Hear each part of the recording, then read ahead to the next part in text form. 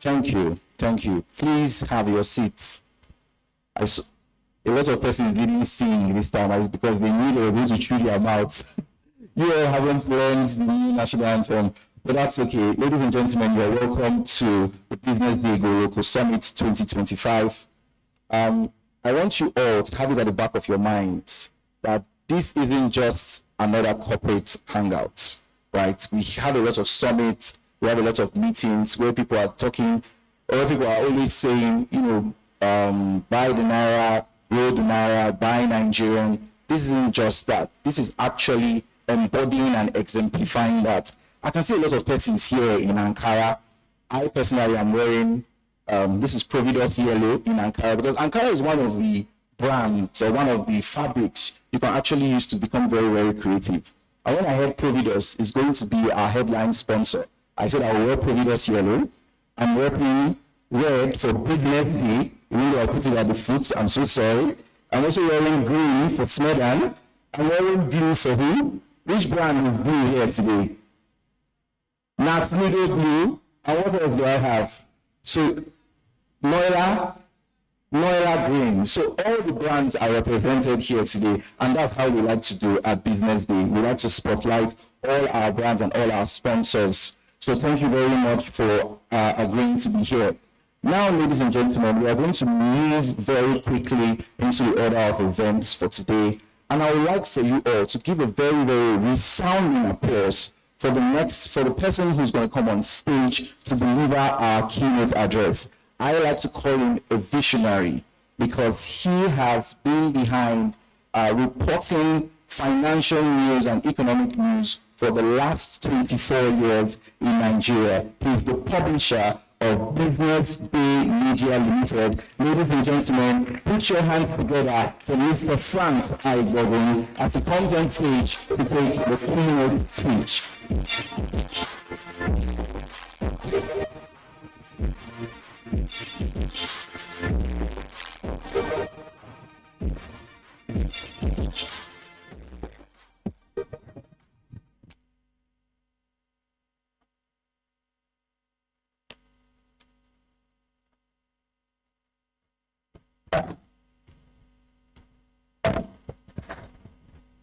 Good morning, distinguished guests, friends, ladies and gentlemen.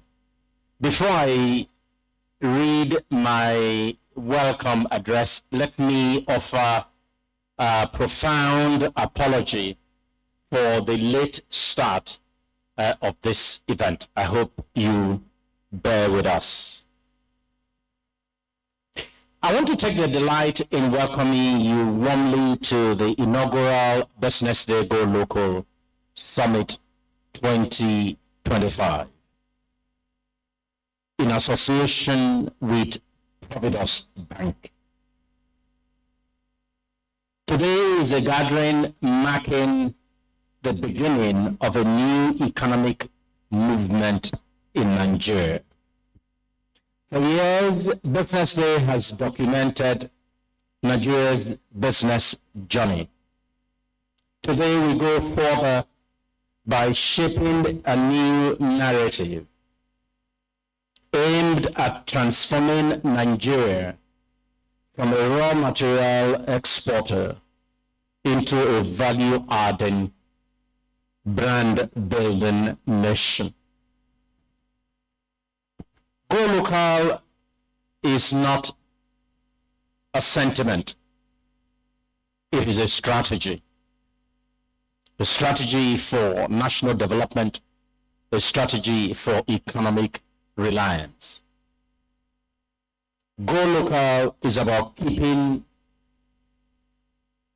value. It's about creating jobs. It's about innovation within our borders, empowering our own people to take their place in the global market. This vision would not be possible without a courageous partner as we have in Providus Bank. Would like to thank Providus Bank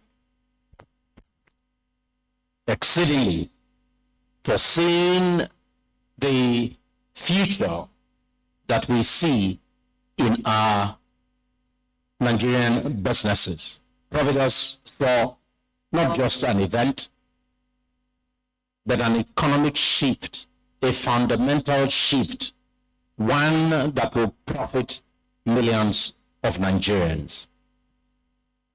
Since 2020, Providus Bank has supported over 300 small, medium enterprises through its SME program with the Enterprise Development Center at the Lagos Business School, offering training, advisory, and access to capital. In 2025, the program expanded into a fifth cohort and into new regions. This is ecosystem building in action. Providus Bank's commitment to SMEs, reaffirmed by its leadership, aligns perfectly with businesses Go Local ethos, which is to nurture small businesses, building national and global winners. This summit is designed to answer one question: how do we scale local production without losing soul, without losing money? We have two panels which will sit shortly to explore some very fundamental issues that can promote and grow the Go Local ecosystem. The idea Go Local has been years in the making, from when we were first inspired by a lady who on that particular day was dressed in everything that was made in Nigeria. The shoe, the bag, and the jewelry she wore that day were all made in Nigeria. And someone asked the question, what is the inspiration? And she said, I'm going local. This was 3.5 years ago. And we kept incubating the idea and the concept, building partnerships, and looking at how best we can exemplify that singular act by just one person. We went local not because she didn't have the money, but this lady is a trendsetter, one that is exceptionally rich, but just chose on that particular day that she wanted to start a new movement. And that is the movement that we formally bet here today. We have absolutely no doubt, with Providus that has made a 5-year commitment to support this work and this journey, that this is surely the very beginning. What we expect to do here today, before we close, we will be asking the Go Local practitioners themselves to pitch their idea. And the top idea that is seen as bankable with a great future will have a gift of ₦1 million from BusinessDay. Today, ₦1 million as our own gift, a seed that we are sowing into that idea, of which several years down the road, we can say, yes, we saw this idea at infancy. Without wasting your time, because we have spent quite some time waiting for this formal start, let me once again welcome you to this inaugural annual Go Local Summit, organized by BusinessDay and proudly supported by Providus Bank. I have absolutely no doubt that the time that you have chosen to spend with us here today will be a profitable time for you. Welcome, and God bless you all. Thank you very much. Thank you very much, sir. Please give a warm applause to the public. You can do better than that. You can do better than that. Thank you so much, sir. You heard it here live and direct. 1 million naira from Business Day is going to be given to Mini Edime, the compare of this event. Is that what he said? Okay, what did he say? 1 million naira is given to who? Who can tell me what's going to happen? 1 million naira is going to be given to which business? So we're going to be having a pitch to win session where one lucky business is going to go home with 1 million Nigerian naira. Are you excited at the sound of that? Please put your hands together for that. Thank you, Business Day, for always supporting Nigerian businesses. Without further ado, I would like to recognize some of our speakers, some of our panelists that are already here. We would like to recognize Dr. Ayola Oduton. Please, can you put your hands together for Dr. Ayola Oduton? Thank you very much, sir. He is the GMD at Amel Farm Zebra Hatchery Limited. We would also like to recognize Mr. Amit Boss. Please, Mr. Amit Boss, please put your hands together for him. He's the CFO at Valency Agro Nigeria Limited. We also like to recognize Flora Mbele Diogu. Flora, yes, she's the founder and CEO, Made in Africa brand ambassador. Jam your hands together at the sound of that.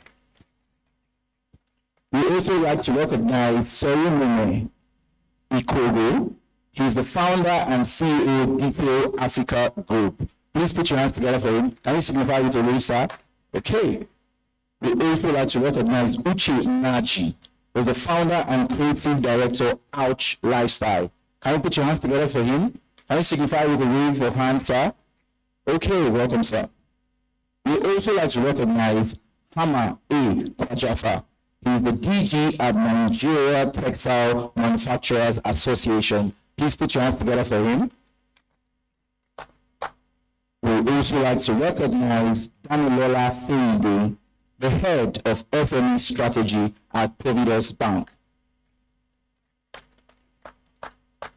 Okay, we'd also like to recognize Dr. Oladapo Abdulatif Famuyiwa, who's the head of audit at the Federal Inland Revenue Services. Can you signify your wave of hand? You're very welcome, sir. We'd also like to recognize the last but not the least, Sheye Oluwotimi, the founder and CEO at MSME Africa. Please put your hands together for him. We also have our judges for the Pitch Your Business session, where one business is going to walk home with the sum of 1 million naira. We have Oluwatoyin Edu, the ED, Risk Management and Technology at the Bank of Industry. Please, can you signify with a wave of hand? Okay, just put your hands together for, yes, they'll soon be here. They're stuck in the dirty December traffic, just like I said. We have Linda Utrubua. She's the manager, digital adverts at BusinessDay Media Limited. Can you please signify your wave of hand? Okay, and we have Lolade Akinmorele. Lolade Akinmorele is also going to be a judge for the Pitch Your Business session. Thank you very much. You didn't clap for her, please. Oh, him. Thank you. Thank you so much. Ladies and gentlemen, we're moving straight into the business of the day. You saw what I did there. Business Day, business of the day, clock it. Delivering our keynote address is someone who is, delivering our keynote address is the Lagos State Manager of SMEDAN, Dr. Olubumi Kuli Daudu. The theme for the keynote address is "The Naira Starts at Home: How Local Consumption Drives National Prosperity." Now, the rationale for this is that it's going to be a visionary call to action that ties cultural pride to economic power. This keynote session will unpack how local sourcing and consumption fuel GDP growth, protect jobs, and stabilize currency, bridging macroeconomics with everyday consumer choices. Ladies and gentlemen, for the next 15 minutes, you are going to sit and listen to a masterclass on how the Naira starts at home. Please put your hands together for Dr. Olubimi Dawodu as he comes on stage. Encourage him, do better, do better. Thank you very much, sir. No, thank you. Good morning, ladies and gentlemen. You were just asking me if he slaughtered my name. I would have preferred murdered, but it's fine. Good morning, ladies and gentlemen, and thank you for the invitation, Mr. Frank, for the good work that you are doing that I've seen behind the scene, and I was wondering one day I'll be invited to your event. This is the 3.0, right? The third in the series, and I'm glad that Smudan is recognized. Unfortunately, our National MSME Conference is ongoing as I speak at the Federal Palace Hotel, and is holding in Lagos. And as the state manager for Smudan in Lagos, it makes me the chief host. But this is very dear to my heart with the great work that they've been doing here, and the support from Providence Bank, which we don't take for granted. And tell you what, you are helping me with some of my work in Smudan in Lagos here. So I'm glad that's why I'm here. And so thank you so much. So I'll just go straight to the key point, the keynote address rather. Distinguished guests, captains of industries, small business owners, entrepreneurs, policymakers like myself, and fellow Nigerians. I stand before you today not as a speaker, but as a believer in the untapped power of our people, the resilience of our economy, and the transformative potential that lies in a single profound shift in our collective consciousness, and that is the decision to buy local. Every day, millions of Nigerians wake up and make choices: what to eat for breakfast, which soap to buy, where the purchase fabric for that special occasion. This seems like small personal decisions, but I want you to imagine something with me this morning. Imagine if every Nigerian once a week choose a local made product instead of an imported one. Just once, what would happen? The answer is simple, yet profound. We would transform our economy. Because the Naira doesn't start in Abuja, it doesn't start in the central bank, it doesn't start with fiscal policy or monetary instruments. As important as those are, the Naira starts at home. It starts with you, it starts with me, it starts in our markets, our shops, our streets, and our choices. Today, I want to take you on a journey rather, from raw potentials to market power, from individual choices to national prosperity, from the purchase decision we make tomorrow morning to the economic future we will build together. Let me point you to a picture of what we have in this country. Nigeria is a home to over 40 million micro, small, and medium enterprises. These businesses employ nearly 60 million Nigerians. That's about 1 in every 3 working adults. From the women frying akara at the bus stop, to the young men designing clothes in Aba, to the furniture maker in Ilorin, to the food processors in Kano. This is the backbone of our economy. But there is what keeps me up at night. These businesses operate at a fraction of their potentials. I'll say that again. This thing keeps me up at night. Businesses in Nigeria operate at a fraction of their potential, just a fraction. Not because they lack skills. Nigerian entrepreneurs are among the most resourceful in the world. Not because they lack creativity. our fashion, our music, our technology, our innovation are celebrated globally. They operate below capacity because of one critical challenge: market access and local demand. We have textile manufacturers in Kano with machines running at 30% capacity. We have leather goods producers in Aba competing with counterfeits from abroad. Food processors across the country watch imported alternatives dominate supermarket shelves. Technology started building solutions for problems that foreign apps cannot understand. This is our raw potentials, underutilized, undervalued, and then still waiting. The economy mathematics of our growing local. Let me just attempt to say that. Now let's talk about numbers, because prosperity isn't just an idea, it is mathematics. The GDP multiplier effect. When you spend 1,000 naira on an imported product, here is what happens. That money leaves our economy. It supports jobs elsewhere. It strengthens another country's currency, and it contributes to another nation's GDP. But when you spend that 1,000 naira on a local product or locally made product, the manufacturers earn revenue. They pay their workers. Those workers buy food from local farmers.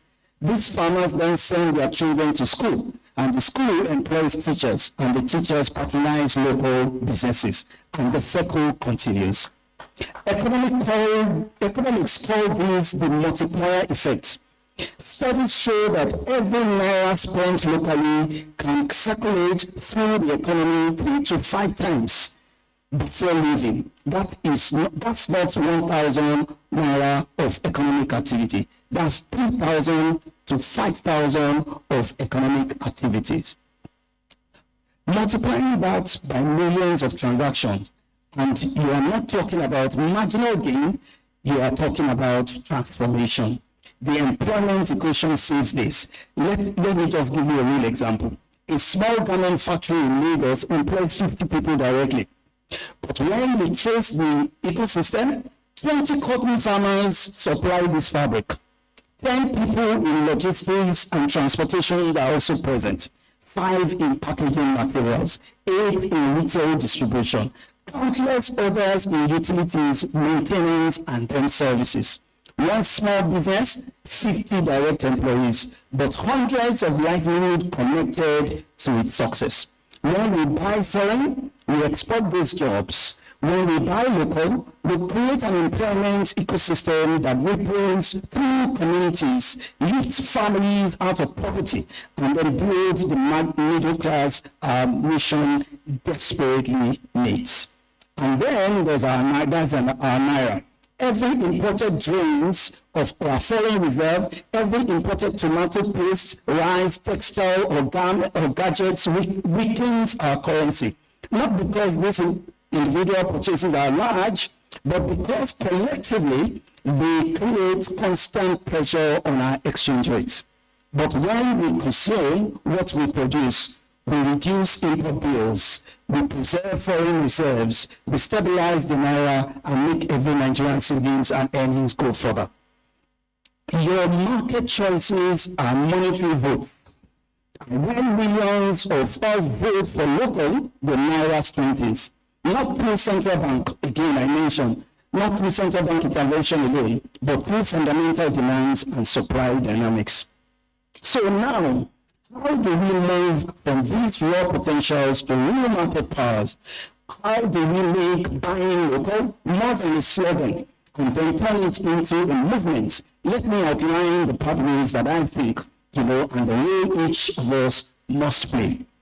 Quality and competitiveness, the producer's promise. To our manufacturers and small business owners, I say this: local cannot be synonymous with inferior. The days of excusing poor quality because something is made in Nigeria are over. Global standards are not beyond us, they are within our reach. We must invest in training and skills development, Embrace quality control and certification, innovate constantly, and then listen to customers' feedback and evolve.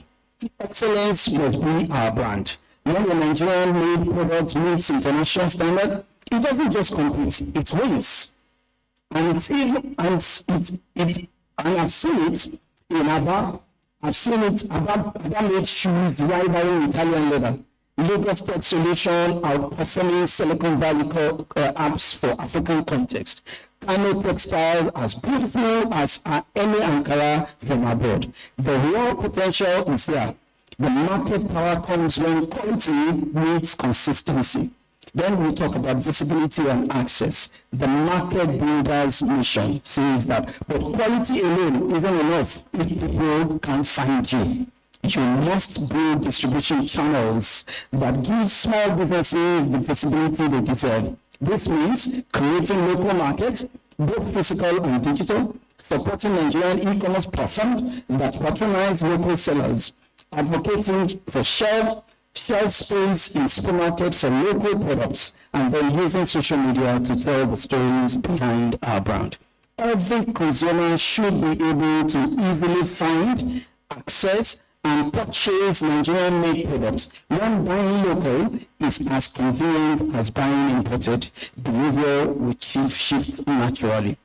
Consumers' pride is the third one, the culture revolution.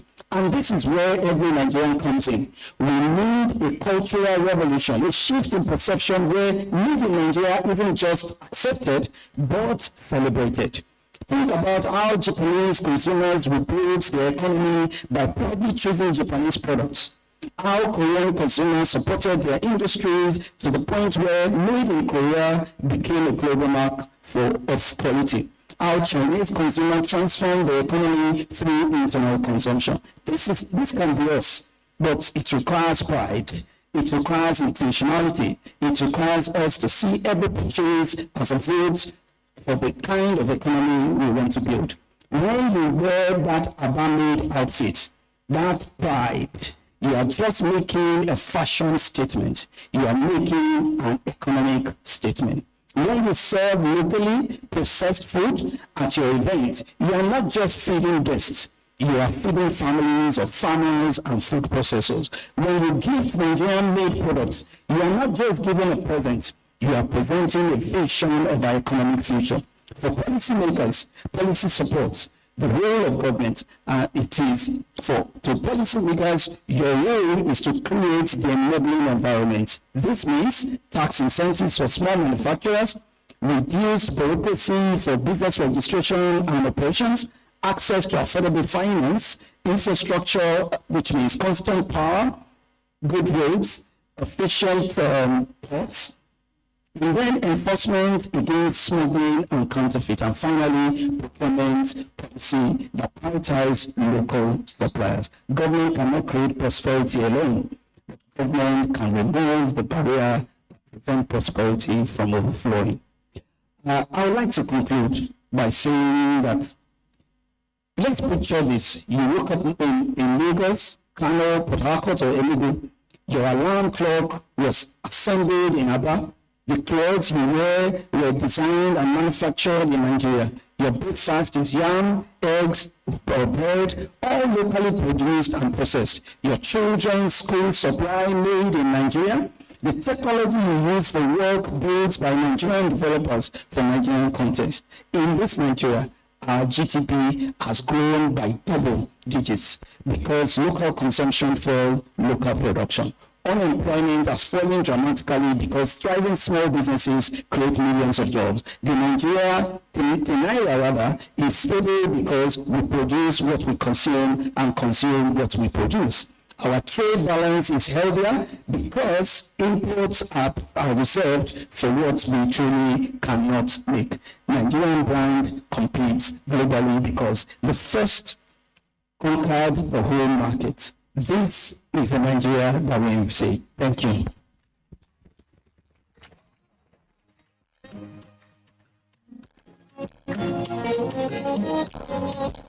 Please continue to put these hands together for our keynote speaker, Dr. Olubumi.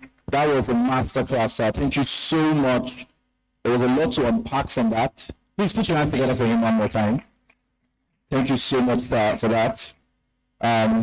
Something that struck me from his keynote address was when he said, your market choices are monetary votes, which you must cast in favor of the Naira. We don't have to wait for the CBN to always have the NPC and all those meetings. When he said global standards are within our reach. When I think global standards, I think of brands like Detail.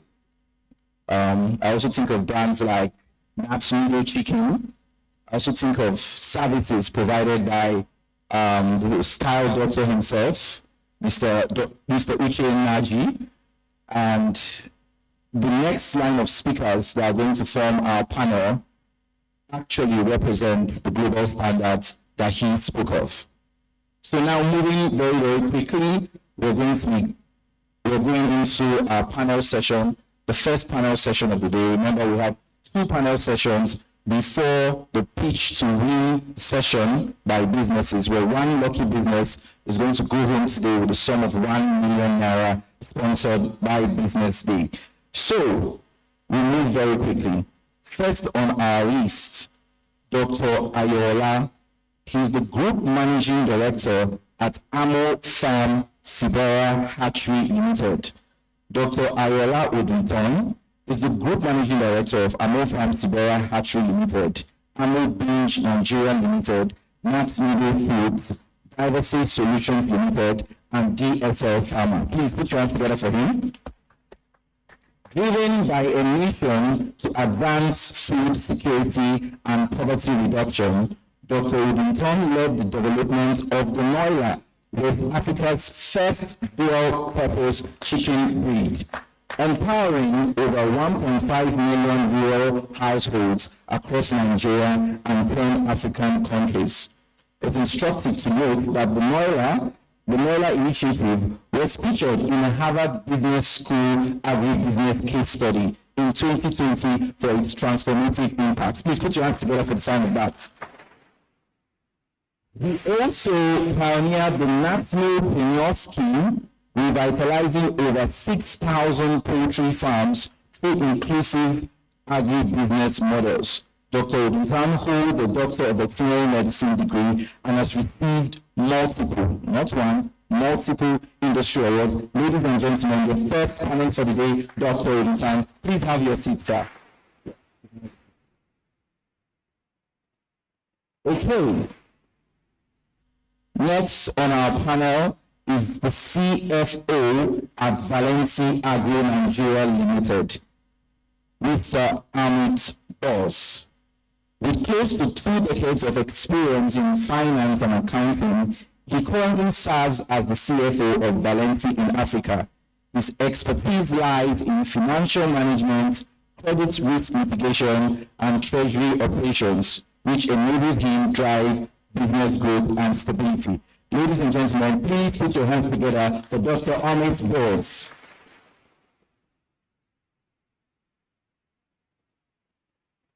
Our next panelist is Flora Mbele-Diogu. She is the founder and CEO of Made in Africa Business Ambassador, Made in Africa Brand Ambassador, a social enterprise dedicated to promoting Africa-made products and services to drive industrialization. With over 11 years experience in sales, branding, and marketing from the telecommunications industry, Flora holds a certificate in entrepreneurial management from the EDC, Lagos Business School. Through MABA and the African Made Products and Services Expo, Flora is advancing UN SDGs 8, 9, and 10, fostering innovation, industry, and sustainable economic growth across Africa. Ladies and gentlemen, Flora Mbele-Diogu.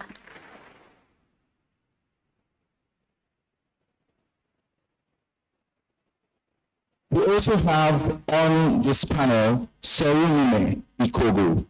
Serunime is a chartered accountant, ex-EY consultant, and fashion entrepreneur with 7+ years of experience in strategy, brand development, and business structuring. a Tony Elumelu Foundation entrepreneur. He has also participated in accelerator programs by the African Development Bank, Impact Hub, Impact Investors Foundation, Founders Factory, and the Lagos Business School Bank of Industry Innovation Accelerator. A former global shaper, he's passionate about business and brand development. His work has earned multiple recognitions, including being recognized as one of the BusinessDay top 100 fastest growing SMEs and the Impact Hub Outstanding Leader Award. Ladies and gentlemen, Serena Ikogo, please put your hands together for him.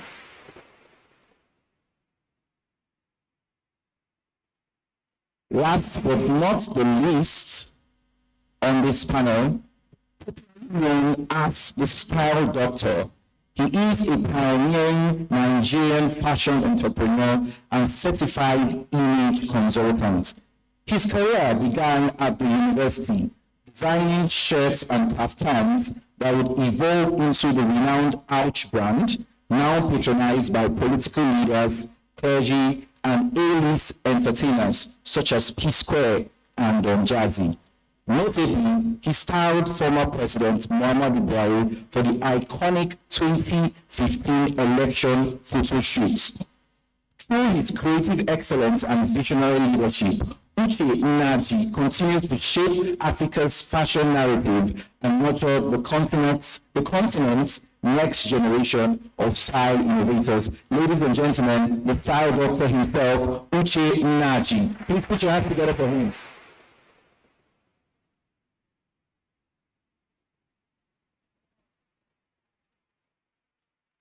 Driving this particular conversation is Elizabeth Musa. Elizabeth Musa is a broadcast journalist and professional events compere with strong experience across business, media, and emerging markets. She leads and anchors the BDTV breakfast show at BusinessDay, where she moderates conversations on industry trends, policy shifts, and economic development. Elizabeth is an alumna of the School of Media and Communications, Pan-Atlantic University, and holds additional certification from the University of Johannesburg. Across her platforms, she is known for her clarity, curiosity, and ability to spotlight opportunities within emerging industries. Ladies and gentlemen, please put your hands together for the moderator of this session, Elizabeth Musa.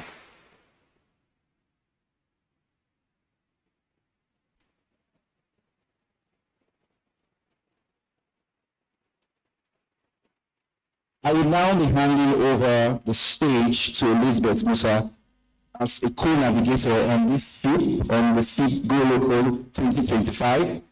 But before I go, I would like to invite all our distinguished speakers to please make your way to occupy the front seats. And I also want to leave you all with a brief call and response. So the theme for this year is raw potentials to market power rights. So when I say Go Local 2025, I would love for you all to say raw potentials to market power. Do you understand? So Go Local 2025. Go Local 2025. Raw potentials to market power. Thank you very much, ladies and gentlemen. Put your hands together for yourselves. Elizabeth, I leave you all in good hands. All right, thank you very much, Nimi. Fantastic job you've been doing so far. Good morning to my distinguished guest, our audience today. Thank you very much for coming to the Go Local Summit. It's really a delight to see you all today. It's going to be a very interesting conversation. I'm really excited to speak to the panelists we have here today. You know, when I looked at the lineup, I said to myself, this is going to be very enriching, and I'm sure that my panelists will do justice to this conversation today. Please, one thing I like to always do is to make my panelists feel very much at home. So if you could just give them, you know, this cheering applause to start this conversation. Please put your hands together for them. Very much. Style Doctor, thank you so much. So thank you very much, Dr. Ahmed, as well as you, Dr. Ayola, as well as you, Flora, thank you so much, the only woman on the panel today. This panel is all about, titled From Heritage to High Street, Scaling Products Without Losing. And it's really important because what we find is oftentimes in the bid to scale, it's very possible for local product to then lose their essence because you're trying to appeal to a global audience, you're trying to meet global standards, and then you lose that cultural essence. So that's what we're trying to address today on this panel, to just see how we're able to still stay true to our cultural essence without, losing out on the global cake, you know what I mean? So that's really what it's about today. And to set the tone for this conversation, let me start by asking my panelists today, when you hear from heritage to high street, and then we talk about scaling products without losing soul, in your businesses, what does it mean for you? I'll start with you, Style Doctor, with what you're doing with Ouch. I mean, we see your outfit. Hopefully one of these days I'll put on one of your outfits. When you talk about scaling local product without losing soul, how does that translate to what you do at Ouch? I think there's one mic there that we can use. Hello, good morning. Thank you for having me. Good morning to everyone. So, to take your question the way you've asked, is not losing soul as to what we do, scaling from heritage to global, right? Okay, not losing scale in the whole fashion and garment space. I think that Nigeria and Africa as a whole are underestimating the role we play in sustainability in fashion. I think more than anywhere in the world, we actually were the true practitioners of sustainability in fashion. And I'll say this because of something that is probably not flattery, and that is our inability to scale yet. Because unlike the giants in Southeast Asia and other parts who are able, where you have the likes of the Sheins and the Zaras, manufacture and all, they are not sustainable. So fast fashion essentially is not sustainable. So we maintaining global standard and at the same time taking it from a heritage position. I don't know how, in all honesty, we'll be able to do that when we decide to scale, because with scaling comes environmental hazards and challenges, the way the guys in the Southeast Asia are presently doing. But for us in Nigeria and Africa, cooking for the local market is a way that we can sustain that. And when we say cooking, the state representative that spoke earlier on, the guy that spoke earlier on and left, if we are able to cater for our local markets, which is one of the things that drove me from leaving Italy and Istanbul in the past 5 years, we literally haven't made anything in Italy and Turkey, because for over a decade, that was where we literally manufactured everything. Those two countries, well, of course, Spain and some other parts of Europe. But leaving those places and decided to come do made in Nigeria has made me realize that we are sitting on something that's quite precious that we don't understand. That's the fact that we should be able to cook for the local market and take part of the market share from the guys in the open market. The guys in the open market, I don't know if it's time to go into that detail. What they do, we have the opportunity for us to be able to scale global by starting with catering for the local market. With over 200 million people who everybody wears clothes. Everybody wears clothes, everybody uses leather product, everybody's wearing a footwear here, everybody eats. So talking about everybody eats, I don't know the person that has a farm here or is in that space. That's Dr. Oduton. Yes. So I was, well, I don't know if we do tea and all that, so I'm a tea fan, I'm a teaaholic, if there's something like that. So there's this tea I got from China, and that's not me going to China, that's just ordering it. And the tea arrived here. The tea is lemon and some other spices, preserved. In the space of 3 weeks, it arrives here and it will expire in 2026, sometime 2026. But I'm just saying it's lemon. So when I drink my tea, I just open up that lemon and put in it. Where I'm going with that is for global best practices for heritage brands to metamorphose to becoming global, we need to think about our ability to do things when we produce things locally, to also package it just the way that those guys I don't know in China are able to package lemon in a way that it gets to me maybe 2-3 months after they've manufactured it, and I'm able to use it. Am I proud of that? Importing that lemon? No, I'm not proud of it. I just wanted to try it along with the other teas that I favor. But for us, we must be careful when we say we want to globalize with the challenges that will come with it. For us in fashion, sustainability will be thrown out of the window. Thank you. Thank you. Thank you so much. To you, Sarah Mume.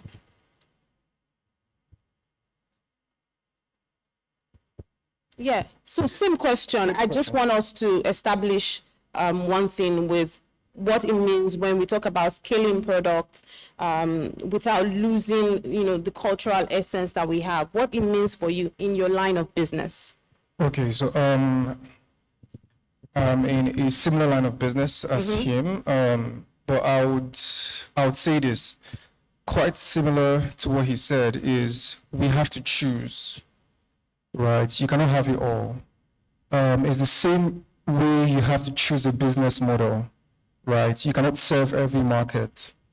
I might choose to serve the lower class market, so I brand accordingly, and you choose to serve the medium, let's say like the middle class market, or he would choose to serve like the high net worth clients. It's the same way scaling, like he said, comes with certain issues and challenges, right?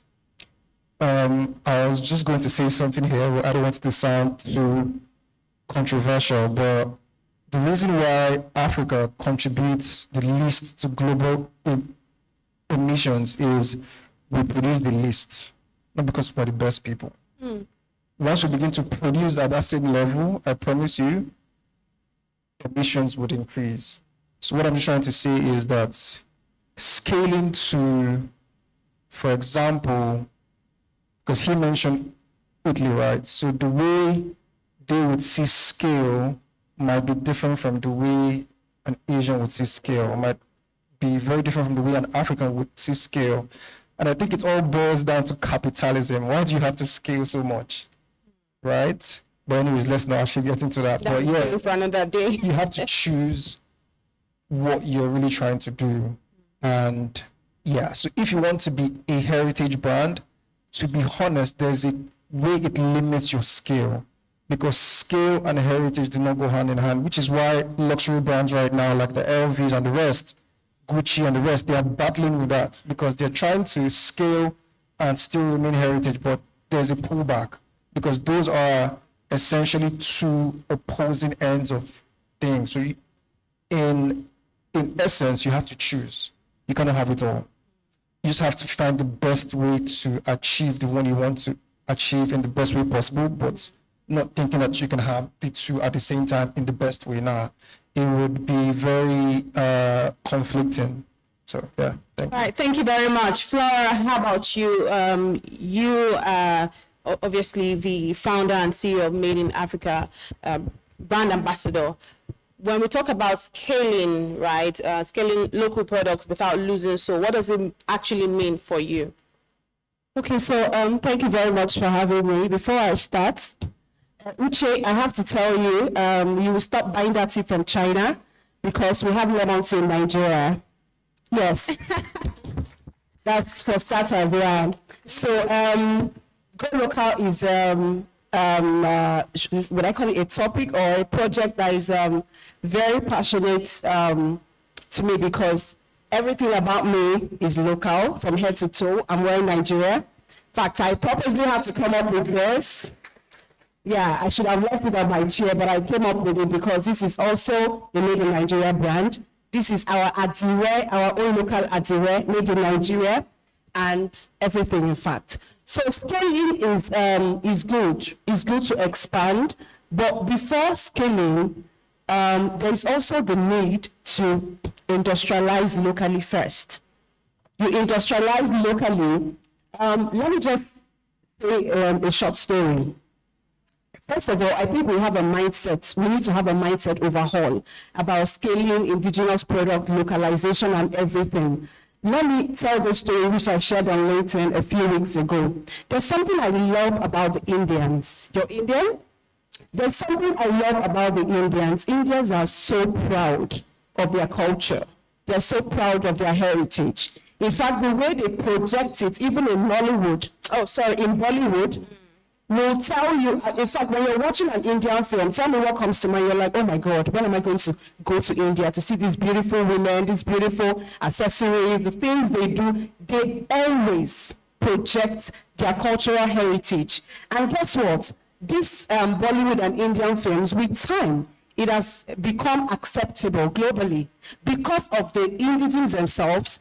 Like when we say made in Korea, made in Japan, like the keynote speaker mentioned, the indigenes themselves, the citizens of those countries, had to first industrialize their products, love what they do, use them, buy Nigeria, use Nigeria, sell Nigeria, advertise Nigeria-made goods. Let us even start with ourselves.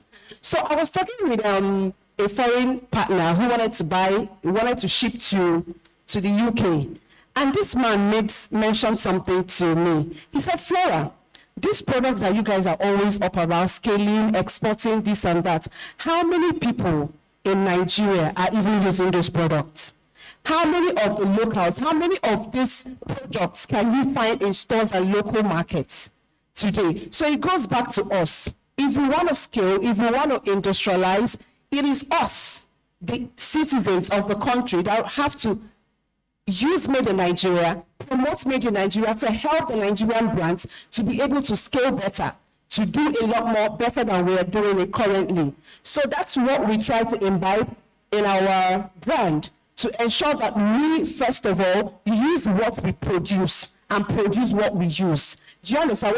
When we begin to do this, we find out that even foreign buyers, foreign people in the diaspora will begin to even accept those products that we make locally. Because if you don't like what you do, if you don't like what you produce, how will you convince an outsider to patronize what you're selling or what you're producing? So I think it comes back to us. It's a question we have to come back to answer ourselves. And until then, we will keep, talking about scaling and moving ahead from where we are currently if we don't do what we need to do. So that's why in the Made in Africa Brands Ambassador, we're very passionate about quality and passionate about packaging rights. Packaging to meet global standards, even in the production of the product itself, we have to make sure that there are products that the quality is unmatched and the packaging is also right. And we don't also lose our local essence in trying to become a global brand as well. For instance, the Ijebu Gari. Sometimes someone will put a brand in cassava granules. Ijebu people, they refused. They will tell you it's the Ijebu Gari. And guess what? That Ijebu Gari has already dominated the name cassava granules. And I bet you if you put cassava granules on a label, some people will be like, what is this? But the Ijebu Gari has come to become that global name. Even abroad, they'll tell you, yes, we want that product package, label it as Ijebu Gari. There was a particular product we shipped to the US, to a store, and we put cassava granules there. Guess what the product is? It's abacha. So when we sold it to a particular community that had lots of Igbo people, they were like, what is this? Please, we need abacha. We don't want to see cassava granules on the pack. Let the foreigners know that it is abacha. They will come to know that, yes, this abacha has an origin. It has where it originated from, which is Nigeria. And yes, it is made from cassava, but the primary name that will be labeled on it should be abacha. Then you can now put it in bracket in small letters, cassava granules, so they understand what they are consuming. So this is what we have been doing, and we'll keep doing it. And in no time, I'm sure our products are going to start scaling globally while retaining its local essence. Thank you. Thank you, Flora. Amit, you can just also let us know what it really means for you when we talk about scaling products and retaining our cultural essence. What does it really mean for you? Hello, good morning, ladies and gentlemen. Good morning. So, essentially, there are two things. When you say this topic, essentially, first you have to see what you are producing locally so that you are actually having some input substitution for it, as well as what you are producing locally and contributing to the globe. So essentially, if you see the company which I work with, Valency, we have actually, what we have done is that we have actually started our FMCG business in this country. And although we are a global company, we have not brought any brand from outside the globe in Nigeria, but rather we have established the champion brand, which is also today available in the stall here in this country, because we wanted the people of Nigeria to be proud of the fact that the FMCG product which they are consuming, the brand is born in Nigeria. It is not something which is imported from anywhere outside into Nigeria. It is a brand which is born in Nigeria and which is today crossing the territorial frontiers of Nigeria and going to other African countries. We started the brand in Nigeria, we developed the brand in Nigeria. Over a period of time, we started scaling in Nigeria, and now we are scaling it out of Nigeria to Ghana and other neighboring countries. So that is what we are trying to do. So the essence is that we are actually trying to connect deep with the people of Nigeria to say that something which is born in Nigeria, brand which is born in Nigeria, is of a global standard which can be taken to the next level and which can be taken to international brands and compete with other foreign brands, and which can actually thrive the competition. So that is one thing. The second thing is also what we looked at is for Go Local to see that in this country, we are not keeping things without value addition. The primary factor is that we should see that every product that is there, how we can do more value addition to it and how we can generate more value. So in line with that, we have set up our cashew factory also, so that we don't export only raw cashew out of this country, or we are rather proud of the fact that we are actually doing value addition and exporting finished cashew out of this country, so that not only in Nigeria but also globally we can say that we are actually producing products locally in Nigeria made from Africa for the global population. Because almost 90% of our cashew which is produced in the country actually goes to Europe and other countries where people are consuming. And the best thing is that the part of it is organic cashew, which can actually trace, which means that any person buying the organic cashew of Valency in Europe can actually trace it back to the farm in Nigeria where it is grown. So that is what we would like to say when we mean Go Local. Thank you very much, Amit. Thank you very much. Please put your hands together for my panelists while they're speaking, please. Thank you. Dr. Alduto. Thank you very much. Good afternoon, ladies and gentlemen. There are a few things that I have learned from the panel so far, but I'd like to talk about a few things that came together for me. First of all, regardless of what part of Ikoyi you think you come from, you actually do come from a village somewhere in Nigeria. And that village has chicken. So I'm talking agriculture and poultry now. And the reality of it is that every homestead back in the day used to have livestock, whether it was a few goats, a few chicken running around. And so for us, in terms of heritage, we are traditionally farmers. Everybody's parents or ancestors used to own a farm of something. So what we have done over the years is to see how we can actually bring all that talent, all that knowledge and skill and create global industries. It's been very tough. Trust me, it's been sorrow, tears, and blood for those of us that have been in agriculture. But over the years, there has been significant progress made, and we continue to see improvement and expansion. Another thing is talking about borrowing from the very fashionable gentleman that we have here. I realized in 2020, when all my suits got destroyed during the COVID era, that I could only rely on my native attires. And I started to attend international conferences in native. And the first one, I noticed people were a bit weird that, how dare you come here without wearing a very nice looking suit?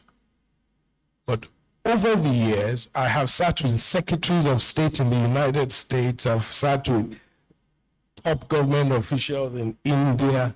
Everywhere I go, I wear my traditional outfit, and people gradually start to respect you for it, because it takes a certain kind of confidence for you to come for a conference with 5,000 people, and you are there as a Nigerian donning your own outfit. And it's clear that the reason why our music has been successful, the reason why our food has been successful, the reason why our clothing has been successful around the world is because we did not try to be somebody else. All the musicians that tried to westernize their music have gone out of business.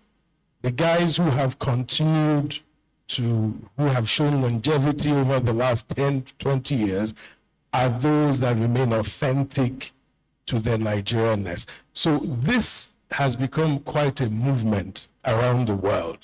Nigeria has become a brand, even without necessarily, I'm not impressed with the efforts that have been made officially to make it a brand, but the absolute power, the dynamism of Nigerians has created this.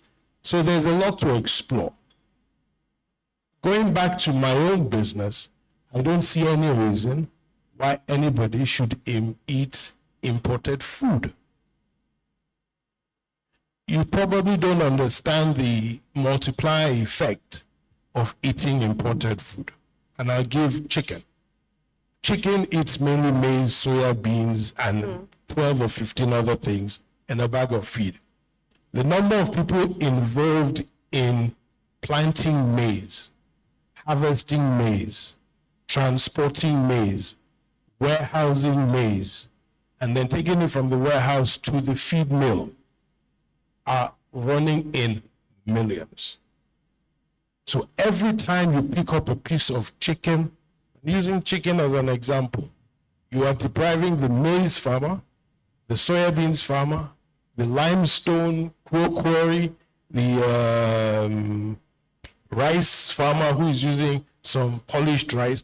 There are millions of people attached to that value chain.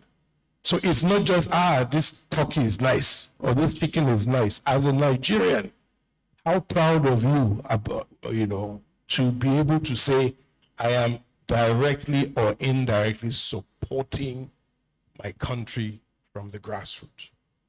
So as a company, our main strength lies in our ability to empower as many local farmers as possible, either as producers of live birds that we take to a processing plant, of cattle, which we buy from pastoralists and agro-pastoralists, which we buy from them, fatten and take to our processing plants, or whether it is the noila, which is a totally different story.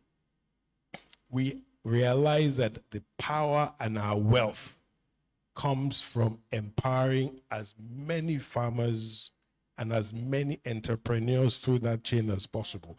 And so this, for me, is a no-brainer. Nigeria must go local. This is the source of our wealth. This is the source of our strength, both now and into the future. All right, thank you very much, Dr. Oduntan. Please, once my panelists speak, just giving them a round of applause, because they're really dropping gems on this panel. But just retain the mic with you, because we just have one mic, so we'll be taking it that way. No, you can keep it. So I just have, okay, we have one more mic there. Okay, cool. So Dr. Oduntan, I have a question for you. Let's talk about Armour Farm Zebra Hatchery. Your recent acquisition of 1,800 acres in Oyo State signals a bold vision for integrated agriculture. How do you see such scale investment enabling downstream value addition, for example, processing branded protein products and all of that? How do you see it actually scaling investment while preserving the livelihoods of smallholder farmers? Thank you very much, Elizabeth. Right. It was not farmland. It was actually the most successful, most sophisticated farm in Nigeria back in the day. It was called UAC Farm. It used to be owned by a great Nigerian called Marquis. It has fantastic facilities on it, but unfortunately, like we've seen many times, this farm collapsed and went, down. And so what we've done is to try and revive it. One of the things we want to put there is a world-class processing beef, sheep and goat processing plant for export. Another thing we want to leverage there is one of our biggest challenges is the inability to get high quality hybrid seeds. So we want to make it a seed replication farm so that the average farmer can stop getting 2 tons on every hectare when his mates in the US and Brazil and India and other places are getting 4 times that. Doesn't make any sense.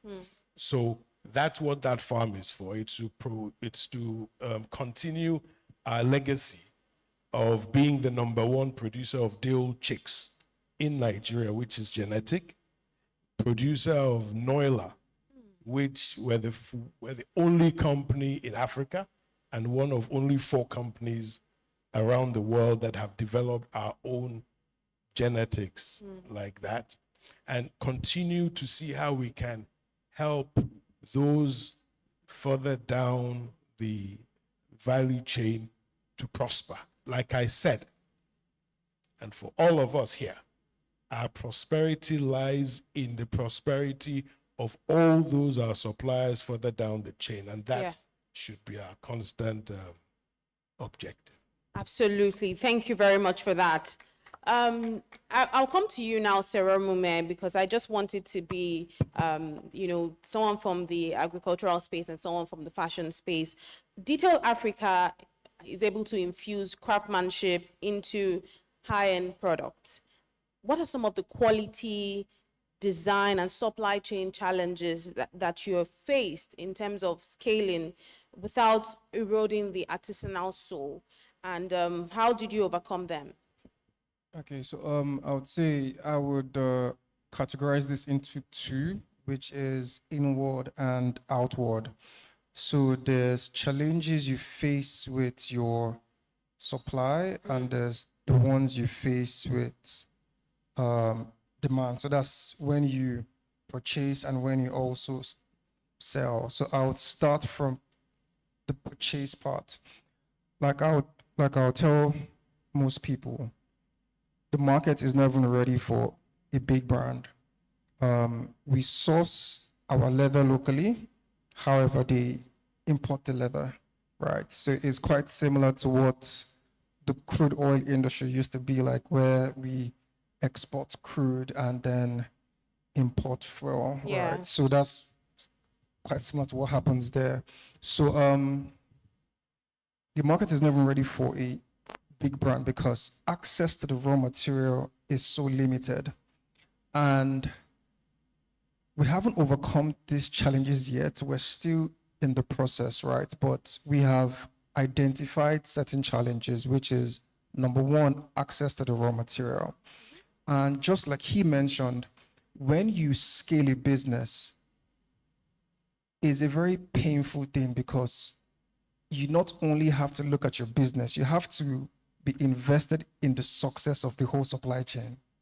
So now, if my, let's say, leather supplier isn't able to scale, it affects me unless I have to backward integrate, right? which is our plan.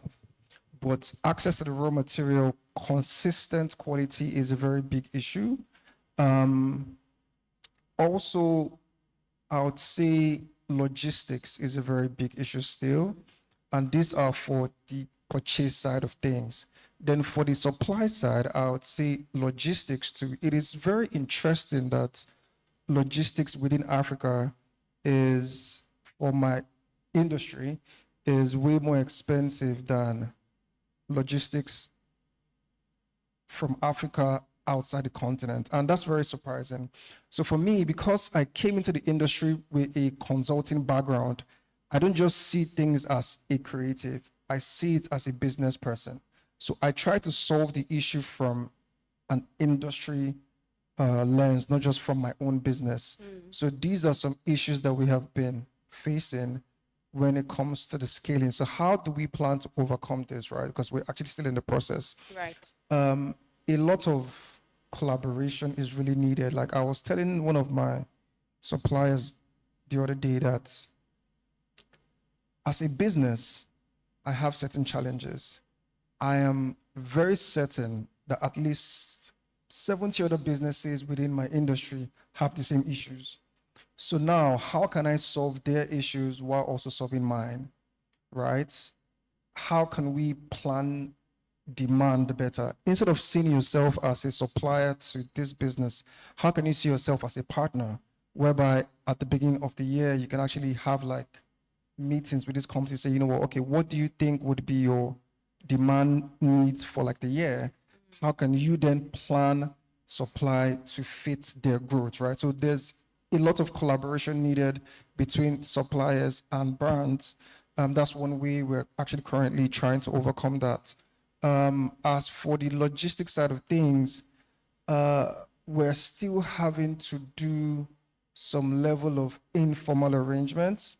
And I think what will solve this is aggregation, right?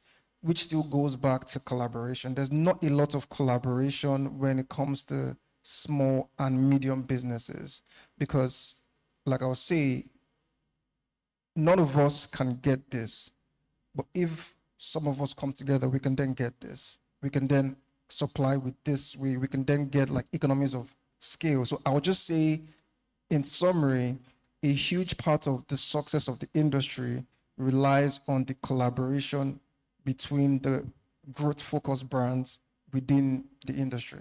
Absolutely. Collaboration is absolutely key. I'm coming to you now, Flora. Thank you so much for representing Nigeria head to toe. We'll probably have to get maybe one hat or one outfit for Amit as well, so that the next time you could also be repping local Nigerian brands. But you have continued to amplify Made in Africa, right, Flora? How do you guide SMEs in weaving their cultural story into global brand narratives without falling into cliches or superficial ethnic branding that, you know, you see many of these brands do these days? Okay, so thank you for the question. Let me start by using my own story to answer that question. So I co-founded a footwear bag and belt brand, this is the bag we make. This is made in Nigeria locally here. My shoes are also made in Nigeria by our brand.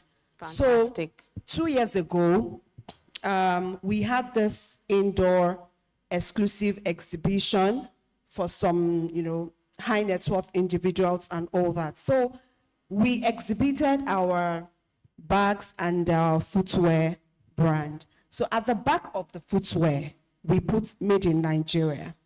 So we put the price, and the price wasn't so high. So we were selling, and then I noticed there was a particular high net worth person that walked up to me and said, can I see you for a minute? And then I excused while the other staff were still at the exhibition arena. So he then looked at the footwear and said, this is actually very nice. The quality is top notch. The colors, that's for the divers, the men's divers. So he was actually talking about the quality, how the quality is so good and all that.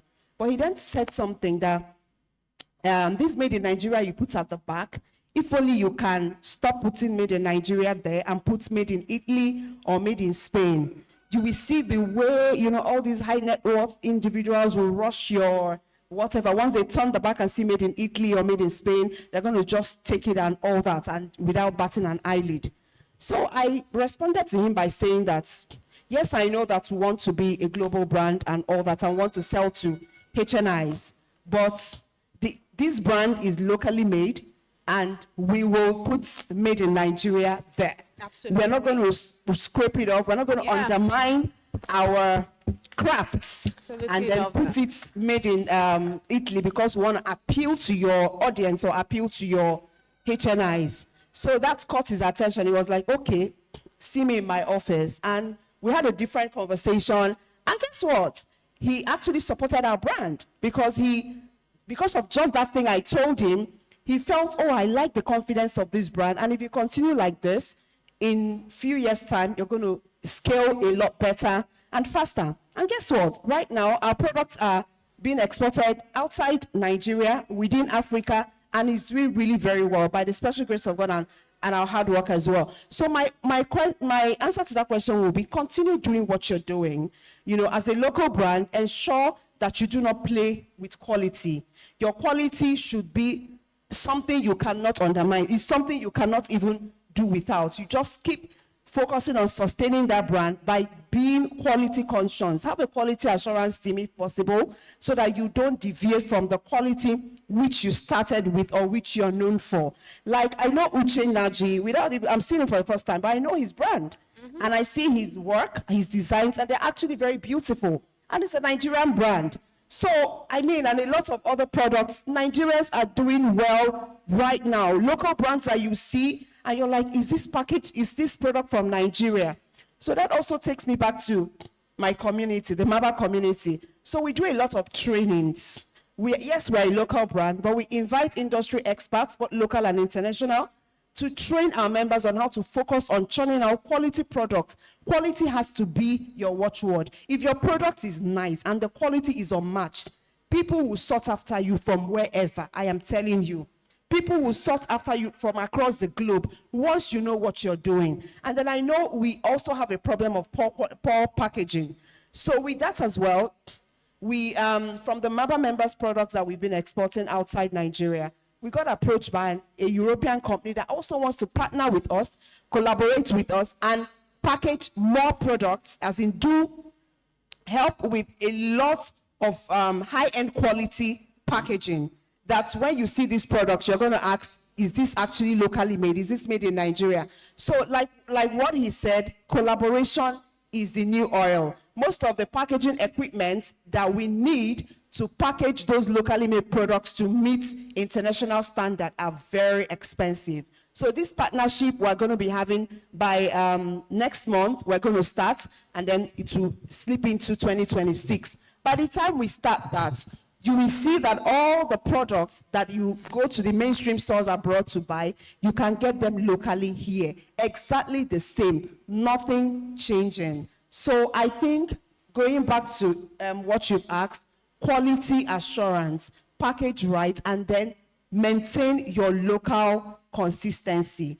The global brands, the global buyers, the diaspora markets, once they know what you're producing is good, you will be the next sought after local manufacturer, producing locally for the globe. Thank you. Thank you. Thank you very much. Amit, let's talk about Valenciago itself. You've managed to build a robust cashew nut processing and sourcing network across Nigeria. What are some of the biggest operational challenges in transforming raw nuts into export quality kernels while maintaining fair farm gate prices and local sourcing?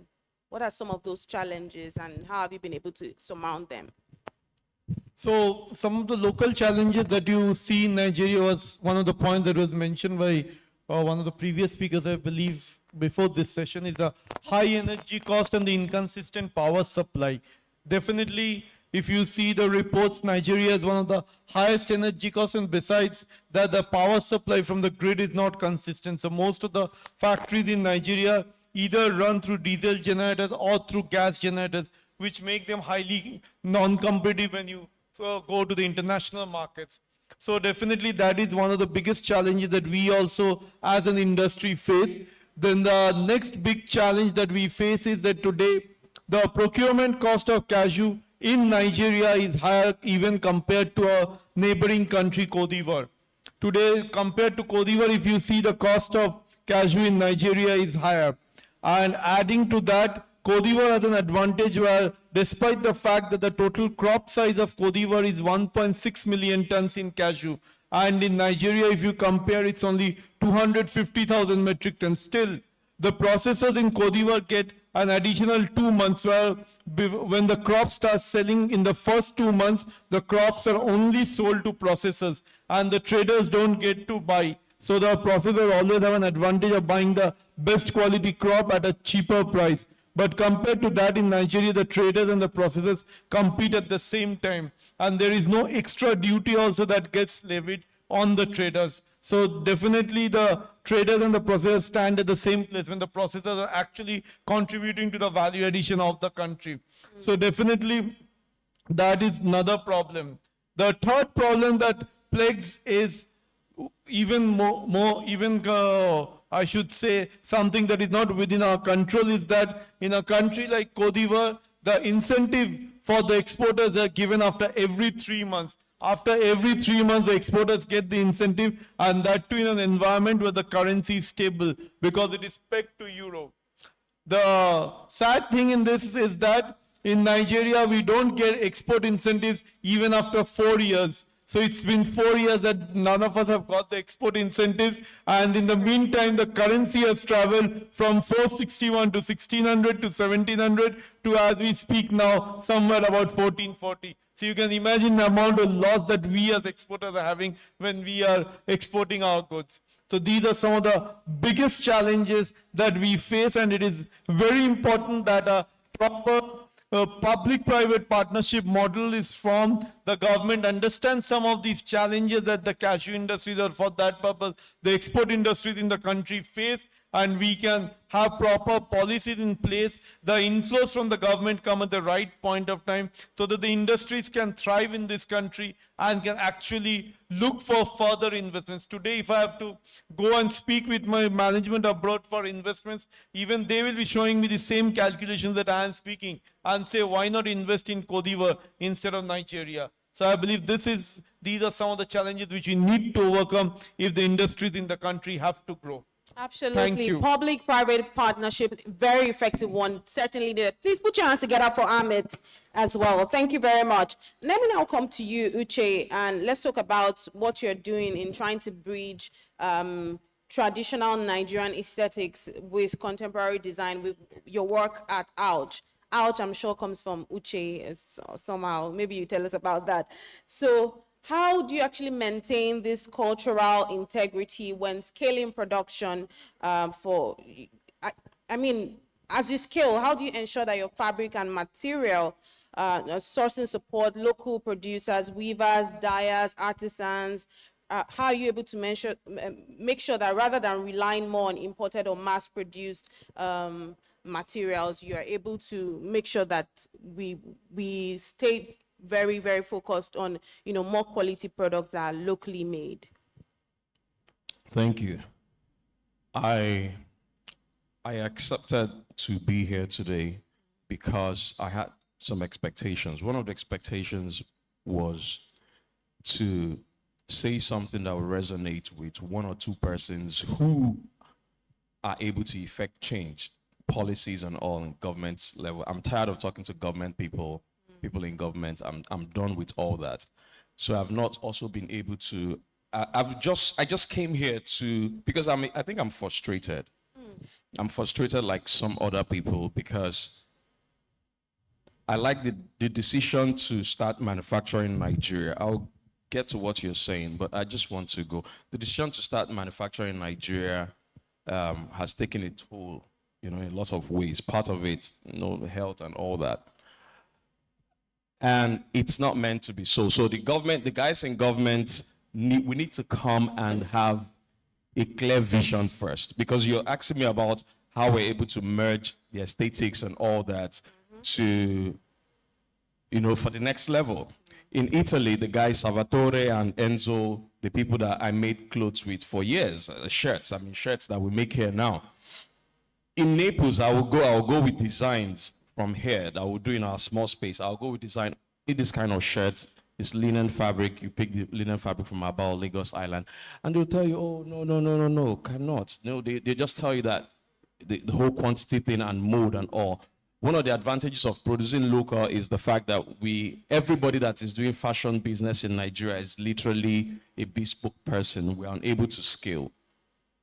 We're unable to scale because the government and persons who should know better, and who some of us have spoken to in closed doors and stop accepting some of the invitations they send, is because they would rather do parties than really grow an industry. For my industry, why I say I'm frustrated is simple. This year, I did a transaction in China while in Lagos. We designed here, we made samples here. I didn't move an inch. We did a few thousand USD. From my phone. I mean, we designed and produced here. Your Nigerians produced it here in Lekki at the factory. I traveled to China, took the samples. It was produced in China in 2 weeks, shipped to Brazil without me talking to customs or anybody. Wow. Without me having conversations with anybody from customs, from Alausa, from Lhasa, who we're running a factory somewhere and they are billing us more than they are billing the church. So we own a factory, we run a factory, we want to advertise our business, but we are to pay 5 to 10 times more than what a church that is not being productive is to pay. So I'm frustrated. And I'm here today to my wife had to accompany me to say, just be careful how you talk. Because that's why they don't invite me anymore. Or when they invite me, I don't attend. Because before you have the generation of people in fashion. I mean, some of you say I'm OG or whatever. I started pretty early, I guess. We're talking about 2009, doing things in Naples and Florence. Where were all the names you know now, in all humility? They were coming to people like myself, like Nicodemus at night, and asking for guidance. So when I look at the fashion shows or government rhetorics and lip service and tell them that this is, I've been saying for over a decade, this is not what we want. How can we design here in Lekki? I take it to China. I leave China in 1 week. My partners in China, without asking me for 10 kobo, scale my design and sell it. Somebody in Brazil is buying it. That's to tell you what we have going on. The way the music so those are the frustrations. The way the Davido, the Whiskey, the Burna Boy will stay, and the streaming platforms have helped them to go global. Imagine that outfit that those guys, I don't know where in Brazil was taken to. So imagine I could have sold 10 million copies. We could have sold 10 million copies of those designs, because that is what you go to in business schools in China, for example. That's what the 21, 22-year-olds are taught. That's why you go there. We can't say we make this here, and to make it and ship from China and sell here will be cheaper to do that than here. Why? Electricity, the government. They've called me that the second generator has packed up. This morning, I ignored them. Yes, because I decided to run factory and not work with Enzo and Salvatore or work with the other guys because I decided to act Nigeria. And, you know, at my young age, I have young kids, but I'll be dealing with Taylor stress, with FIRS, LIRS, and you guys are here. Our friend from India talked about the export incentives. We have 1 or 2 stores in the US that carry our brand. Every other month we ship stuff to Houston from here. But the AGUA Act or whatsoever at the ports here, they are not acknowledged. They are not implemented by the guys in the gray uniform. So how long are we going to continue with the lip service? We know it's cultural, whereby I've talked, I was in Atlanta at the farm this time last year. Davido had something at the farm in Atlanta, State Farm. And I was there, I was invited, and I was there for the purpose of, the team I was working with would say, because we're trying to set up in the US, So say, imagine when Davido comes up stage and he's wearing, ouch, be it one of these fancy Ankara things that we're all doing. And I hope you guys know the Ankara Nadire. I hope you know China sells cheaper. I hope we're aware. So our These are the yeah, issues. we're aware, right? So those are the issues. But so the Davido stuff, as I said, I was telling them that look at this crowd. Davido sold out that place, a State Farm. I was telling them, look at this crowd. Imagine Ouch has a stand there, and we have distributors who can take this thing off, and we manufacture things from Nigeria and ship out there. As much as I said, we have over 200 million people here, and Africa's like that. We need to feed the outside market. We can't compete with it. We are not ready for it. Because of logistics, I've been on panels in Houston and in London, where I think it was one of the banks, Green Banks and co, that did something where I spoke over the years. And the people, the off-takers in the UK, part of the things they complain about Nigeria is cutting corners in terms of processing, right? So you have the best cashew nuts, you have the best this and that, but packaging. So the guys, my tailors that work with you, they'll be like, but sir, customer know they complain now. This thing don't do okay like this. Why you they push? Why you they force? And I remember Italy. I remember China. I'm like, why wouldn't I force? This is not the standard. I'm sorry to say, Nigeria is not, your Nigerianness is not the standard. So you see the spirit of saying culturally, the spirit of anyhowness, as I think I've made famous. Anyhowness, anyway in our way.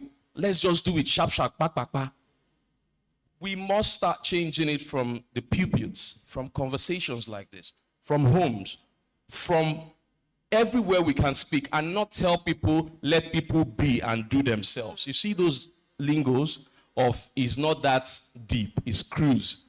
The Chinese never say that. I posted something the other day, just to share that story. I posted something where I was in China then, I think it was September, and a young girl has failed to pass the, I think it's called Goka exam, like their premium exam to get it to the next level. And her parents decided to celebrate her, don't kill yourself. She went on social media and started becoming a sensation. What did the Chinese government do?